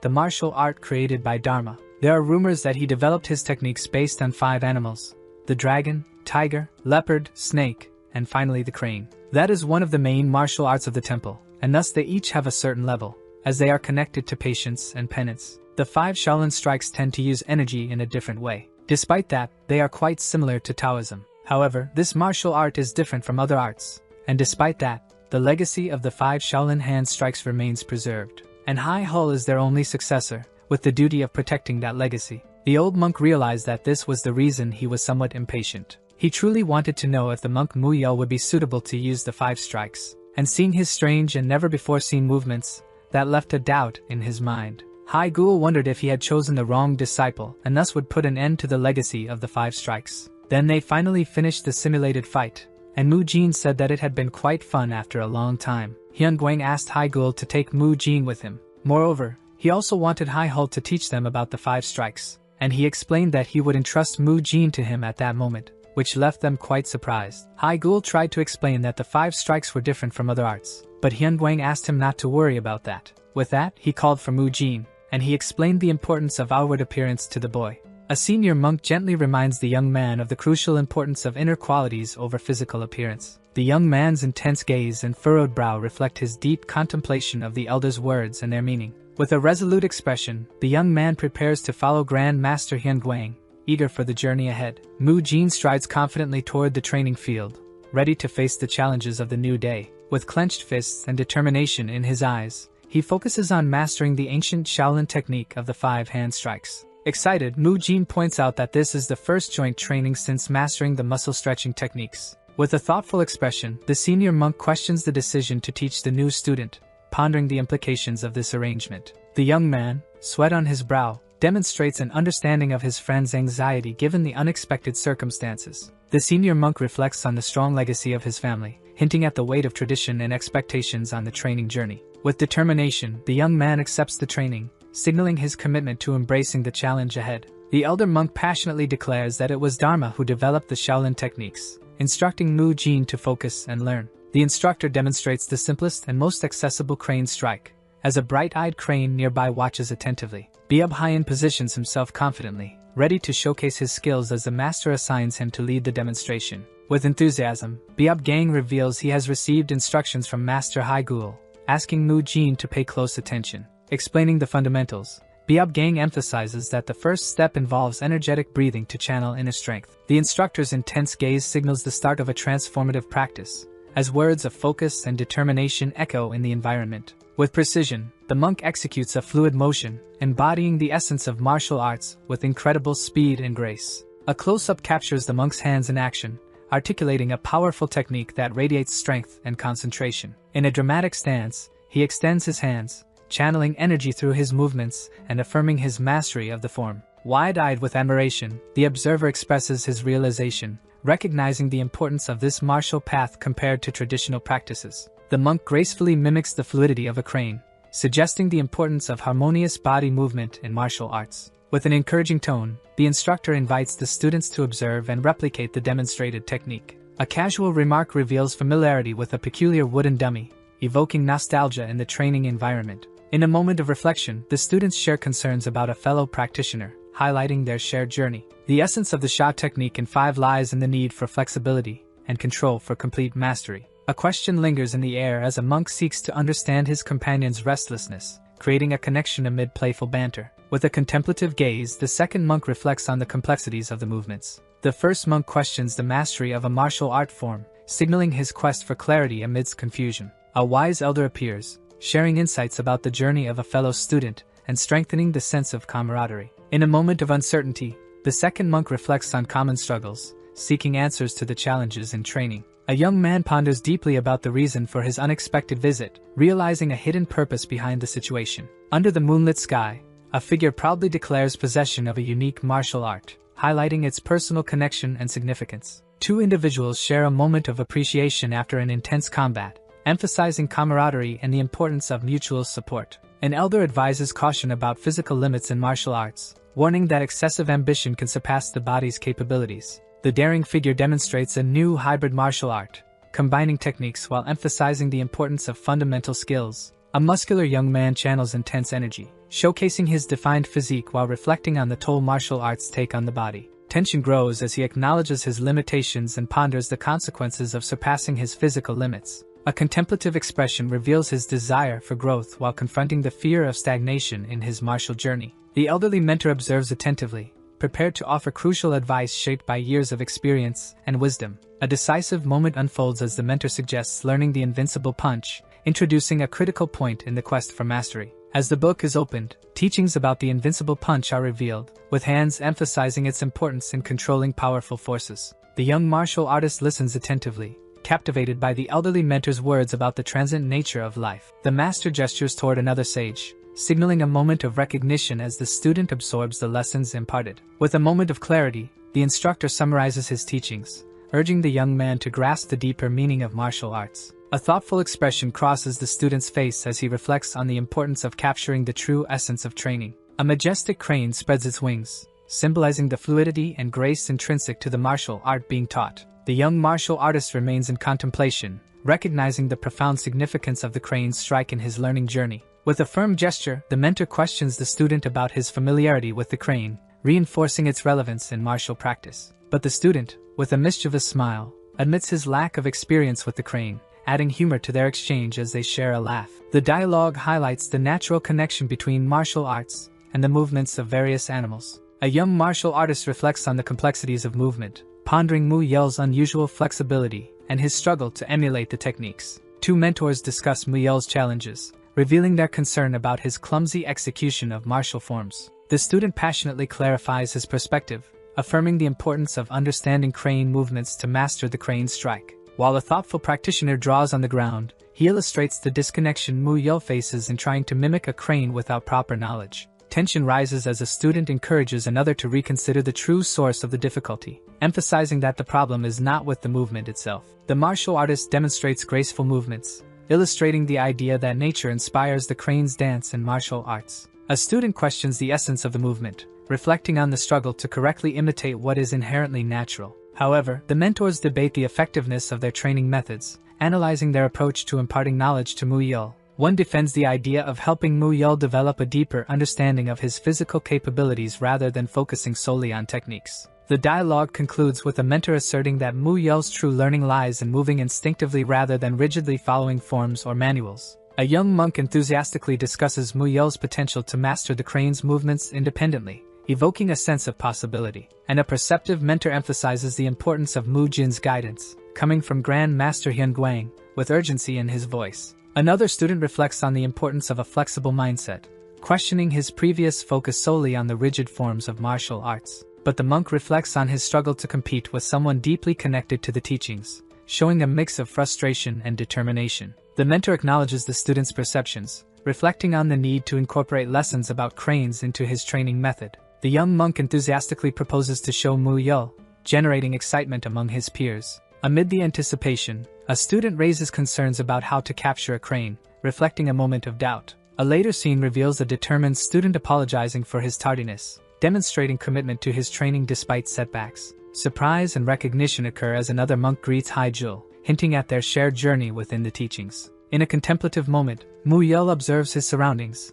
realizing he is alone and questioning the absence of others. Anxiously, Mu Yel calls out to his peers, asking if this is not a day for training. A playful monk confronts Mu Yel with an intriguing object, testing his knowledge while keeping him in suspense. Peering cautiously from behind a wall, Mu Yel expresses curiosity about the mysterious object, fascinated by its peculiar warning. Excitement grows as a group of monks reveals a crane with a determined tone, their admiration resonating with contagious enthusiasm. Another monk begins to explain a unique Shaolin technique, emphasizing its connection to training and heritage. The monks energetically demonstrate the crane's movements, their synchronized steps reflecting training and precision. Mu Jin addresses another monk, signaling that today's focus will indeed be on training. The confusion dissipates with camaraderie, and two monks express urgency as they call for Mu Jin, tension visible in their gestures as they approach. The atmosphere becomes tense as two monks anxiously shout Mu Jin's name, their expressions suggesting growing concern. An enthusiastic monk points out something remarkable,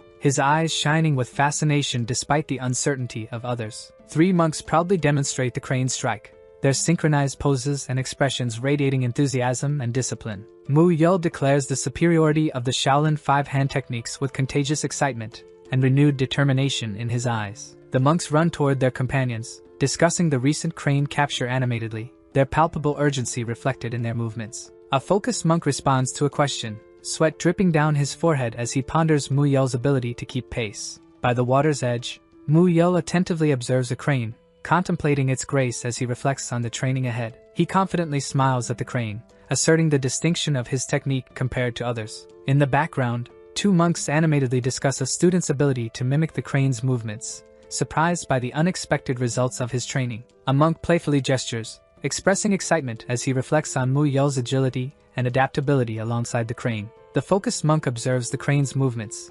recognizing Mu Yel's unique ability to transcend typical human limitations. In a burst of energy, Mu Yel mimics the crane's dance, displaying fluidity and elegance as he connects with its movements. Mu Yel raises his arm, indicating his enthusiasm for the discussion, while his mentor watches thoughtfully. The master gently guides Mu Yel, advising him to adjust his posture to improve technique, incorporating patience and wisdom. With a confident smile, a monk emphasizes the importance of fluid movement, highlighting its connection to traditional training methods. Mu Yul smiles, acknowledging the unique touch of Shaolin techniques, inspired by the freedom of expression in martial arts. With determination shining in his eyes, he enthusiastically commits to following the teachings, ready to embrace the journey ahead. With a serious expression, he stands beside another, exchanging a meaningful glance, while a third monk observes them with a friendly attitude. The young man, dressed in orange, displays a confident posture, expressing his intentions with an animated smile, initiating a conversation with a mentor. The smiling monk reassures the departing student,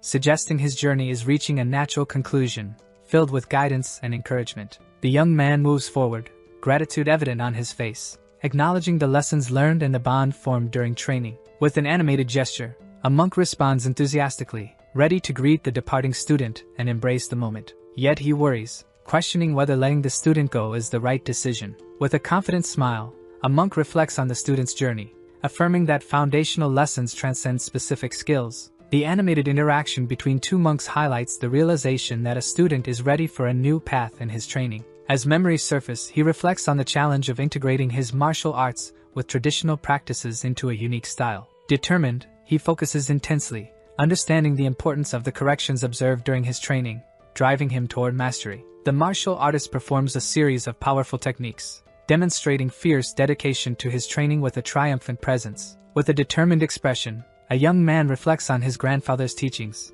emphasizing the importance of inner essence over mere appearance. As he walks with purpose, he contemplates the need for new strategies in his martial practice, holding various training tools. Discussing traditional techniques, he acknowledges the mythical models that inspire his discipline, connecting them to his own journey. Recognizing the challenges faced by others, he resolves to focus exclusively on his own path, setting aside external concerns. A martial artist dressed in yellow prepares to leave with determination, instructing his companion on the next steps. A moment of surprise occurs when two characters stare at each other, one displaying a mix of disbelief and curiosity about the unfolding events. In the dimly lit space, a young man reflects on his grandfather's prediction, contemplating the weight of the expectations placed upon him. Surrounded by wise figures, a martial artist recognizes the profound understanding of his mentor's intentions, pondering their deep meaning. Under the night sky, a group is mesmerized, whispering admiration for the remarkable presence of a legendary figure. Sitting at the table, he reflects on his grandfather's treatment,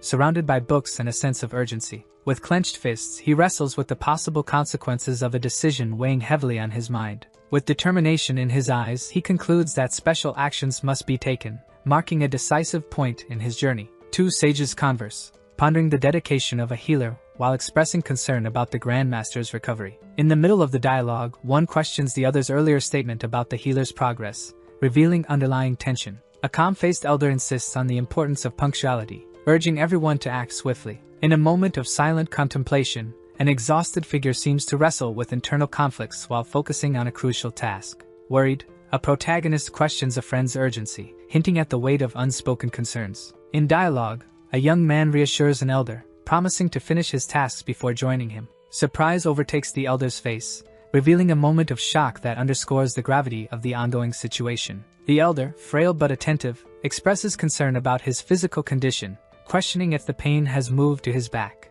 However, the young man dressed in orange reacts surprised and protective, responding to the elder's worries with extreme caution. An abbot observes closely, asking about the elder's ability to move, revealing his concern for his well-being. The elder's face transforms with alarm, highlighting the risks of any exertion and underscoring his vulnerability. The narrative takes a darker tone, reflecting on the elder's weakened state, where even simple movements become exhausting. With furrowed brows, the elder questions the effectiveness of treatments, forcing others to justify their actions. A hopeful young monk reassures the elder, affirming that progress can already be seen thanks to collective efforts. While the group debates, a serious expression crosses the abbot's face, reflecting his skepticism about unconventional methods. The young man remains resolute, determined to seek clarifications about the treatment from a reliable source as soon as they reach their destination. Tension rises as the young monk grapples with mixed feelings, noting the fluctuating confidence of the older monks. Amid the observations, the young man highlights the importance of the next phase, emphasizing its critical role in progress. With dedicated attention, he assists the frail figure, guiding him through exercises to regain abdominal strength. Supporting the elderly man, he patiently encourages him to stand and take cautious steps, fostering a sense of independence. They practice movements resembling rehabilitation, reflecting efforts to restore mobility after an injury. Despite some progress in his joints, the elder still relied on others for movement over the years, evidencing his ongoing difficulties. The image contrasts normal and atrophied muscles, illustrating the severe loss of strength in the elder's debilitated body. With intensity in his gaze, the young man passionately asserts that determination is essential for success in their endeavor. Mu Jin appears urgently, capturing everyone's attention regarding the treatment plan in question. Three figures question the elder's progress, expressing surprise at the setbacks in his recovery. The young man reassures the group about the elder's current state but suggests future challenges in his improvement process. The image highlights the contrast between normal and deteriorated cartilage,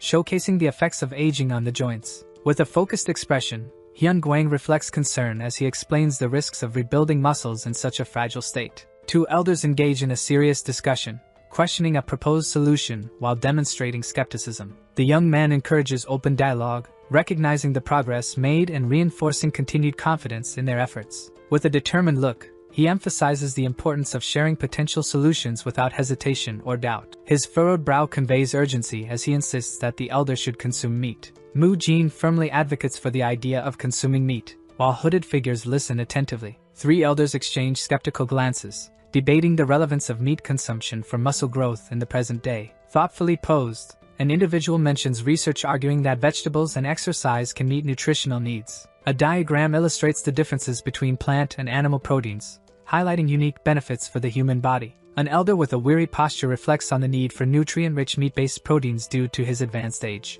The austere figure firmly asserts the prestige of the Shaolin Temple, declaring that the consumption of meat is forbidden within its sacred walls. Two robust monks express indignation, their faces contorted with anger, as they challenge any mention of meat in the temple. The young man, anxious and overwhelmed, holds his head in despair as he realizes the repercussions of the debate over meat. The elder emphatically questions muscle growth, challenging the young man's beliefs about the necessity of meat for physical strength. He hesitates, his brow furrowed in confusion as he stammers about past actions related to meat consumption. Frustration dominates his expression as he grapples with the implications of his dietary choices amid growing tension. With determination in his posture, he expresses the urgency of his situation, seeking understanding while standing his ground. A monk listens intently, his expression showing concern as the debate delves into the complexities of dietary restrictions. The young man questions whether the prescribed penance harms the body, challenging core Buddhist beliefs. But a man with an austere expression recalls a painful past as he pleads for wisdom from a figure in a portrait.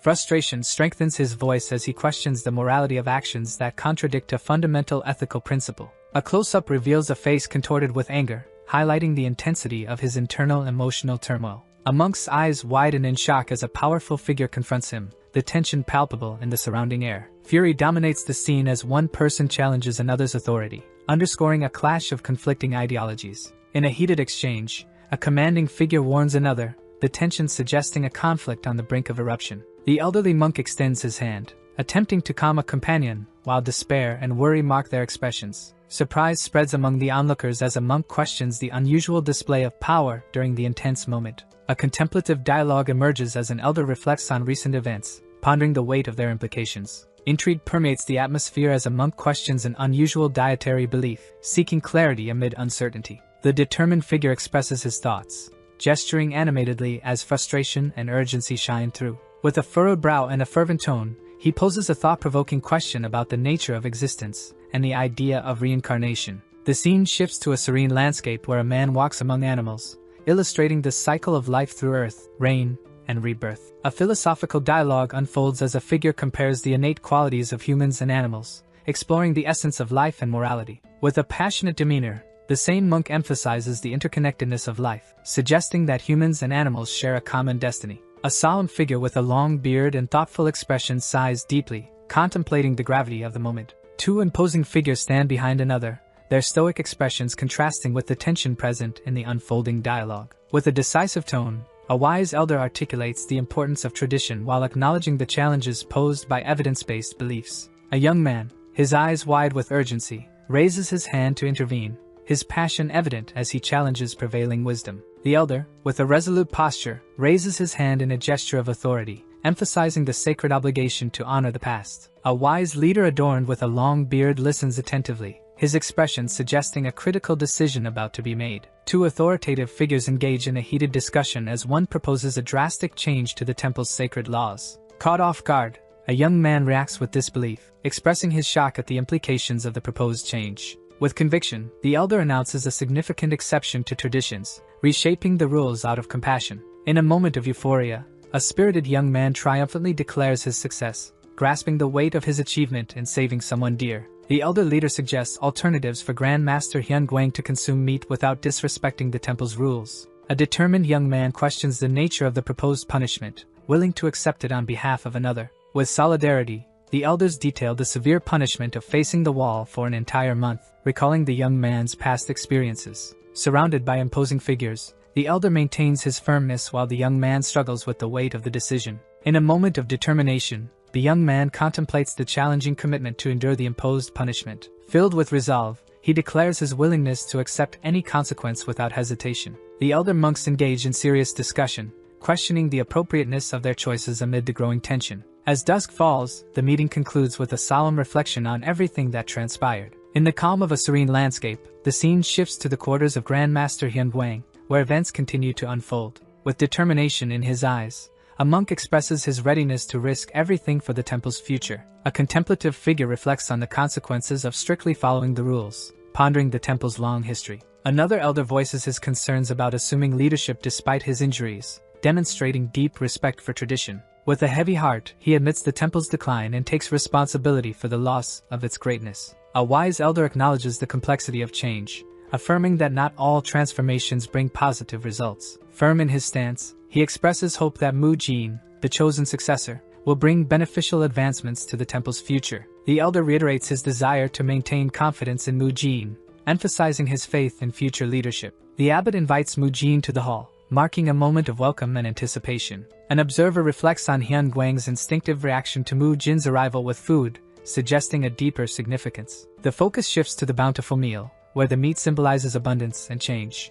Surprised by the rare ingredient in the porridge, Hyun Guang reveals how long it has been since he tasted such sustenance, highlighting the weight of tradition. Hyun Guang's acceptance of his fate is evident as he contemplates the path ahead with a solemn expression. After a heartfelt prayer, the elder feels the significant impact of tasting meat for the first time, symbolizing a pivotal moment. Mu Jin diligently guides Biab Gang through the treatment process, representing commitment and trust in healing. Biab Gang successfully absorbs Mu Jin's teachings, demonstrating his dedication to mastering the skills necessary for sustenance. The elder begins to show signs of recovery, revealing the transformative impact of both the treatment and the new food on his health. Mu Jin prepares to face the punishment of the wall, breathing heavily in anticipation of the task ahead. With a reluctant expression, he confronts the harsh reality of returning to a place he hoped to avoid. As he observes the cave, Mu Jin reflects on his past experiences there, feeling the weight of time on his shoulders. He contemplates a carefree life of training and adventures, longing for the simplicity he once knew.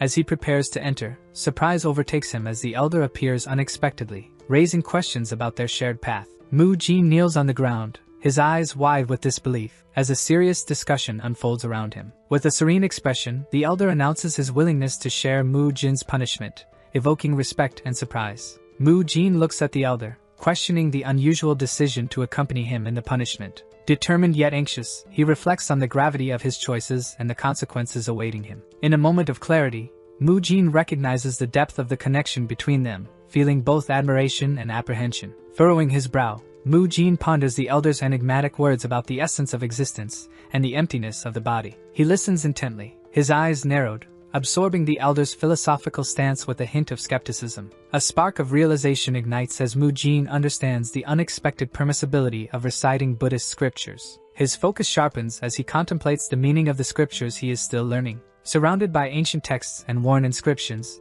Mu Jin reflects on his journey and the knowledge he still seeks. He mentally revisits the martial arts steps he learned, imagining the books before him revealing the essence of his training. Observing Hyun Chun reciting with intensity, Mu Jin furrows his brow, intrigued by the movements he visualizes. Sweat drips down Mu Jin's face as he processes every detail of his training in a mental whirlwind. Impatience overtakes him as he wrestles with himself, yearning to transform imagined movements into reality. With a worried expression, Mu Jin questions his ability to rise from where he sits. The elder, his face marked by concentration, remains absorbed in his chanting, radiating silent wisdom. Mu Jin reflects on the rhythm of the chants, seeking to understand if there is an intention guiding his thoughts and movements. Resolute, he declares his willingness to risk everything, feeling he has nothing to lose. Calmly, the elder hints at elusive visions as Mu Jin struggles to capture the fragmented images in his mind. With a confident smile, Mu Jin notices the motionless state of his companion, perceiving him as both a specter and a dream. Determined, he visualizes the perfect execution of the chain punch, ready to transform intention into action. Completing the movement, Mu Jin unleashes an explosive spinning punch, his face marked by the intensity of the moment. Breathing heavily, he realizes how following the rhythm of the chants made his movements more fluid and instinctive. Mu Jin questions the elder's repetitive chanting, once again sensing an illusion between a specter and a dream. With renewed determination, he announces his intention to try again, eager to master the intricate movements. The elder strategically coughs, signaling a subtle error in Mu Jin's technique that requires correction. Seeking calm, Mu Jin adopts softer chants, attempting to find rhythm and connection in his movements. Scattered scriptures suggest that their practice reveals profound truths in fleeting moments. With confidence, Mu Jin performs a flawless sequence, illuminated by vibrant indicators of his success. Feeling an unsettling weight, Mu Jin stares into the void, questioning the unresolved reasons for his rigorous training. The elder's contemplative expression reveals a deep burden, hinting at sacrifices made in pursuit of mastery. With a worried demeanor, Mu Jin struggles with guilt, pondering the impact of his training on his shared journey. In a powerful gesture, he delivers a high kick, channeling all the energy and effort accumulated in this moment. A shadowy figure emerges, cautiously peeking from behind a rocky formation as tension hangs in the air. The determined figure steps forward, dressed in orange and wearing a subtle smile, carrying a bag full of provisions. With a gesture of generosity, he carefully places grain dumplings and refreshing water on the ground, inviting others to share. Two figures stand side by side, their expressions revealing interest and camaraderie as they attentively observe their surroundings. Relieved, one of the characters reflects on the scare of almost being caught, while an elder beside him listens attentively, radiating wisdom. A young man's eyes widen as he realizes he understands the abbot's cunning, his apprehension illuminated by a desperate expression. He kneels, clutching the ground, and his frustration becomes palpable as he longs for freedom. The elder observes, recognizing the young man's discomfort, and conveying a shared understanding of their limitations. A playful exchange occurs as he interacts with a small creature, balancing his seriousness with lightheartedness, reflecting on his needs. With urgency, a figure expresses concern for another's well-being, highlighting the weight of responsibilities and relationships. The wise figure sits in contemplation, holding a small item, recognizing a profound change within himself. A physical contrast is illustrated, showing a previously frail body now transformed with renewed muscles, symbolizing growth. He moves with confidence, reflecting independence even when separated from his supportive companion. A sense of duty arises as a protagonist prepares for a meal, revealing the practical concerns of his daily life. A silent exchange occurs between two figures, the elder observing closely while the younger remains focused, suggesting unspoken communication. A solitary figure sits quietly, his expression pensive as he gazes ahead, while a sense of anticipation grows. Emotions surface as he reflects passionately, recognizing the changes around him and his role in this transformation. In a moment of realization, the elder figure considers the profound traditions to which he feels bound, burdened by personal responsibility. A conflicted mindset arises as he contemplates the motivations behind another's self-criticism, echoing his own struggles. With newfound clarity, he connects deeply with another's journey, understanding that their paths are intertwined in a meaningful way. A solitary figure stands with a heavy heart, reflecting on the consequences of past choices as the scenery stretches behind him. Surrounded by wise elders, he listens as they emphasize the importance of intentions over mere appearances, a lesson deeply rooted in their teachings. With a sense of vulnerability, he acknowledges his own limitations, once relying entirely on the support of others to face hardships. In a moment of introspection, he questions the sacrifices made in the name of tradition, feeling the weight of collective suffering experienced by his community. Recalling a moment of defeat, he reflects on his loss of strength and identity, feeling crushed by the burdens imposed by fate and conflict. A battered, bloody figure reassures worried friends, attempting to hide the deep pain and vulnerability he feels. Haunted by his inner turmoil, he erupts in anguish, breaking the illusion of strength he once upheld. Reflecting in solitude, he ponders his mastery of martial arts and sacred texts, nurturing a glimmer of pride amid his struggles. Yet bitterness consumes him,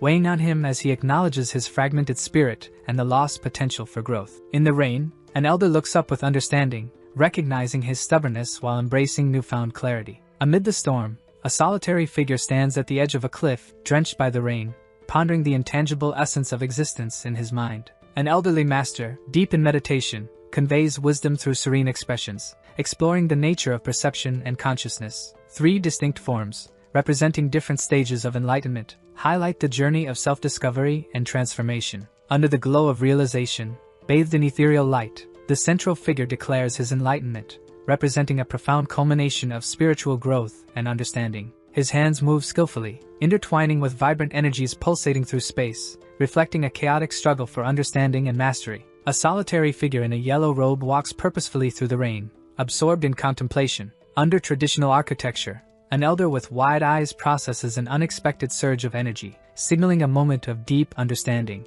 A sudden explosion of water erupts violently, marking a critical shift in the atmosphere and drawing attention to the unfolding events. The elder quickly adopts a combat stance, grappling with the unknown energy that disrupts the serene surroundings. Meanwhile, a mysterious glow emanates from the edge of a cliff, hinting at powerful forces awaiting discovery, capturing the observer's imagination. A figure in a yellow robe executes a powerful movement, releasing energy that ripples through the rain-saturated air. The elder's face contorts in shock, beads of sweat reflecting a moment of panic and realization as he confronts the turbulence. He looks up, overwhelmed by the radiant explosion of energy emerging from the mountain, disbelief etched on his face. Surrounded by a blinding light, he enters a meditative state, drawing strength from the energy enveloping him. The spectators react with awe and fear as a lightning strike illuminates the sky, emphasizing the chaotic energy above. A monk, visibly stunned, points out that the rain has ceased, while another excitedly gestures toward the radiant light above. The group realizes the powerful energy emanating from the mountain belongs to Grand Master Hyun Wang. The second monk describes the dazzling energy as both overwhelming and benevolent, filling their hearts with warmth and reverence. Several monks chant in unison, acknowledging that the Great Master has reached a profound state of enlightenment. One monk kneels in awe, pleading with the Great Master, his expression a mix of admiration and anticipation. An ethereal figure, shrouded in radiant light, floats gracefully, hands joined in prayer, embodying enlightenment. The Great Master's closed eyes indicate deep reflection, his serene expression suggesting profound inner peace. At this, a monk, shocked, looks up, his furrowed brows and wide eyes reflecting disbelief and urgency. Another monk, sweat on his brow, urgently asks a question, skepticism written on his face as he seeks clarity. However, the Great Master, with a wise demeanor, reveals his ongoing journey, emphasizing unresolved matters tied to a mysterious figure. A group of monks, hands joined in prayer, turns to the Great Master, their expressions of concern spreading among them. The visibly anxious monk hesitates, as he reveals he has been waiting for the abbot's return for 18 days. A figure with piercing red eyes expresses clear discontent, their intensity signaling an underlying conflict brewing beneath the surface. The authoritarian leader stands rigidly, his palpable anger commanding the attention of his followers. In the distance, a monk runs toward a cave, driven by a sense of urgency as shadows close in. The monk in yellow, visibly distressed, urgently identifies the abbot, while another stands hesitantly, anticipation evident in his posture. The elderly monk, with a solemn expression, observes the 10 days of punishment remaining, his face a mix of worry and authority. Yet the stern leader, with a firm gaze, boldly announces an order for both to return, emphasizing the gravity of the situation. A younger monk questions the authority of the punishment, assertively challenging the obstacles in his path. Beads of sweat form on faces as an urgent decree from the Great Master heightens the tension, leaving everyone in shock and disbelief. A stunned monk stammers about the end of the punishment, looking at another seated figure, expressing disbelief at the order. A distant call resonates as a figure in the sky mocks someone questioning the current situation, their laughter echoing.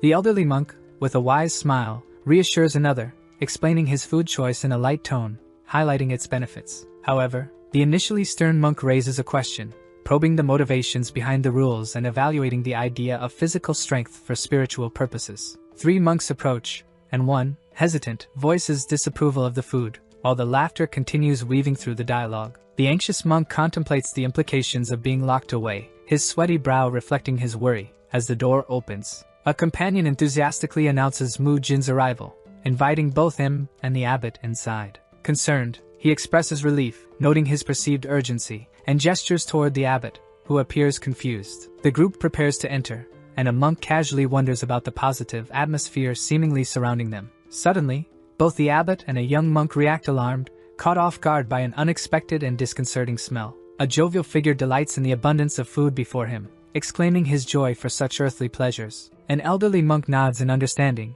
gesturing to the meal while another observes with cautious skepticism. The young monk is shocked, recognizing the figure behind him, his voice filled with disbelief and confusion. In a moment of panic, he raises his hands to his head, questioning the surreal scene unfolding around him. With confidence, the elder proclaims his intentions, smiling as he reassures others with a positive gesture. A perplexed monk turns to his companion, expressing confusion about the unexpected presence of the head of the disciplinary court. The elderly master gestures proudly, showcasing his impressive physique while casually addressing the effects of his recent activities. With a wise smile, the master explains the actions of two monks, reassuring everyone with his careful reasoning. A conversation begins as one monk expresses a desire to leave, while another observes, surprised and concerned by his departure. In a moment of sincere reflection, the younger monk narrates the turmoil of a monk torn between spiritual aspirations and earthly desires. An enthusiastic monk smiles as he shares that he has brought the requested equipment, sparking excitement in the conversation.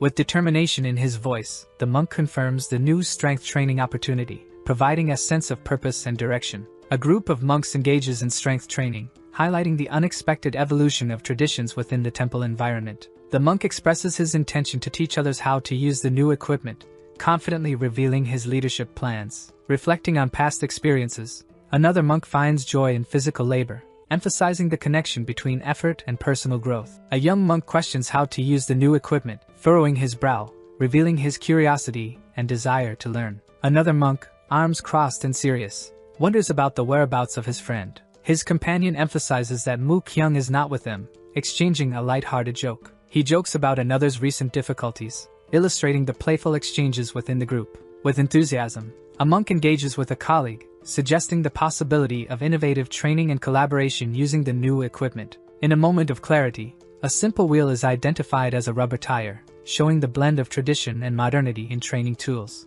A mischievous monk enthusiastically explains how to use the exercise equipment, capturing the attention and excitement of his companions. Demonstrating precision, another monk shows how to build the structure, meticulously detailing the materials required for their efforts. Meanwhile, a third monk struggles to lift, furrowing his brow with determination as a companion watches with curiosity. With animated gestures, the smiling monk illustrates the technique of flipping a large tire, exuding energy and confidence throughout the process. Sharing his knowledge, he emphasizes the benefits of the training, encouraging his friends to adopt a holistic approach to their routines. The fit monk playfully challenges another to try a heavy workout together, exchanging teasing and amused smiles. He warns his friend about the consequences of using internal energy, adding humor to their friendly competition. A curious bald monk interrupts, enthusiastically asking questions as he rushes over to his companion, who appears slightly confused about the equipment. He experiments with curiosity, trying to understand the correct use while fiddling with the equipment. Astonished,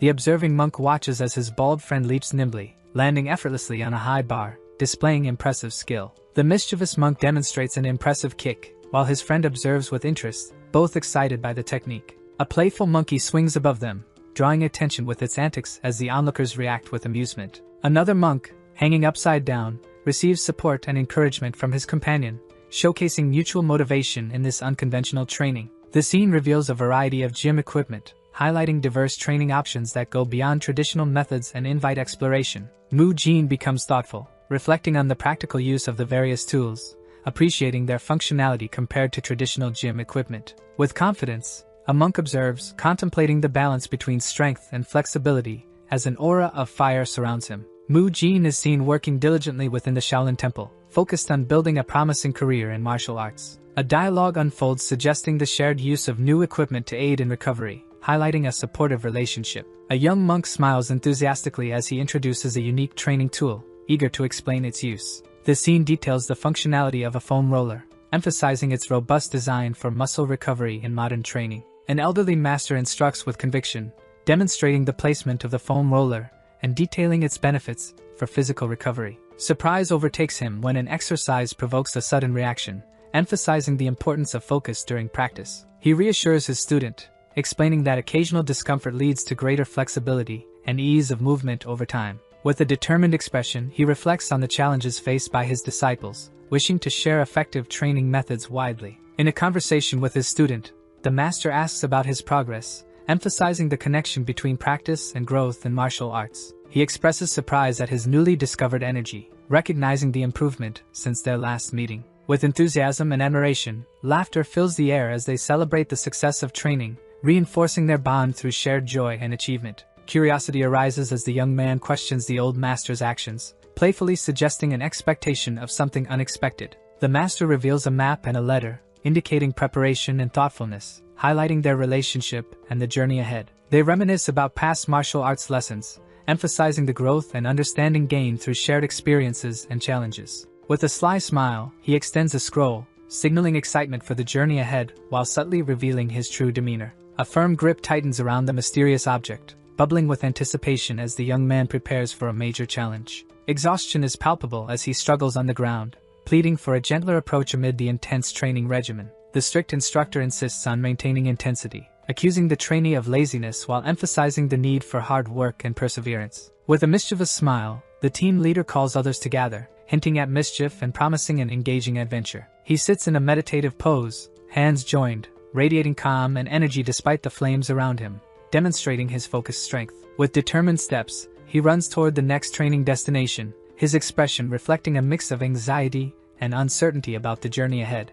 As he catches his breath, a cloud of apprehension hangs over him, suggesting deeper concerns about the intense training awaiting him. Standing before the grand doors, he ponders the nature of the enigmatic leader he is about to meet, curiosity etched on his face. Amid the pulsating energy of training, the instructor roars at the unyielding group, urging them to summon their inner strength with urgency. He smiles menacingly, his eyes gleaming intensely as he threatens to surpass everyone around him. Surrounded by a fierce group of challengers, he stands firm, ready to face the relentless advance with unwavering resolve. In an agile move, he skillfully dodges, exchanging mischievous smiles with an opponent as they compete fiercely. With a powerful strike, he demonstrates his skill, delivering a decisive blow as his opponent watches in shock. Leaping into the air, he challenges his adversary, urging them to show greater creativity and innovation in their movements. Launching forward, he swings a weapon with intensity, while his opponent narrowly evades the impending strike. Calculating his next move, he glances back with a sly smile, planning a surprise attack against the prepared adversary. With a precise grip, he readies himself to counterattack, his eyes focused and determined as tension fills the air. Executing a sweeping maneuver, he trips his opponent, both of their expressions revealing shock and disbelief at the near mishap. Shifting his stance, with sweat glistening on his forehead, he prepares for the next confrontation. A fierce battle unfolds as a warrior strikes aggressively with a staff, creating a whirlwind of motion around him. With a wicked grin, the opponent revels in the chaos, fully aware of the hits and anticipating the next clash. Surrounded by multiple adversaries, a fighter feels the pressure of the blows, highlighting the gravity of the situation with each impact. In a critical moment, a mysterious bottle floats in the air, catching the fighter's attention and shifting the focus of the battle. A confident hand reaches out, grasping the bottle firmly, ready to unleash a hidden power capable of altering the course of the confrontation. A determined fighter stands atop a mound of defeated opponents, humorously reflecting on a drastic culinary decision with a disturbing laugh. With a smile, he channels energy through his fingers, ready to unleash the formidable technique known as 18 Dharma strikes. Suddenly, a miscalculation occurs, and an explosion of energy erupts from his foot, causing chaos and catching everyone by surprise. Executing an evasive maneuver, he gracefully dodges an impending attack, his movements fluid and precise, showcasing his skill under pressure. With fierce intensity, he charges forward, his posture ready for action, reflecting determination and excitement as he embraces the thrill of battle. A powerful shockwave bursts from his body, causing awe and surprise, catching two fighters in its path. With a calm yet mocking demeanor, a warrior criticizes another for losing control, delivering a playful threat. The tension shifts as a protagonist announces the arrival of Mu Jin, holding a letter that sparks anticipation in the group. In a formal greeting, Mu Jin introduces himself as a third-class disciple, demonstrating respect despite the circumstances. With an exaggerated expression and puffed cheeks, he creates a light-hearted atmosphere, contrasting with the earlier intensity and providing a moment of levity.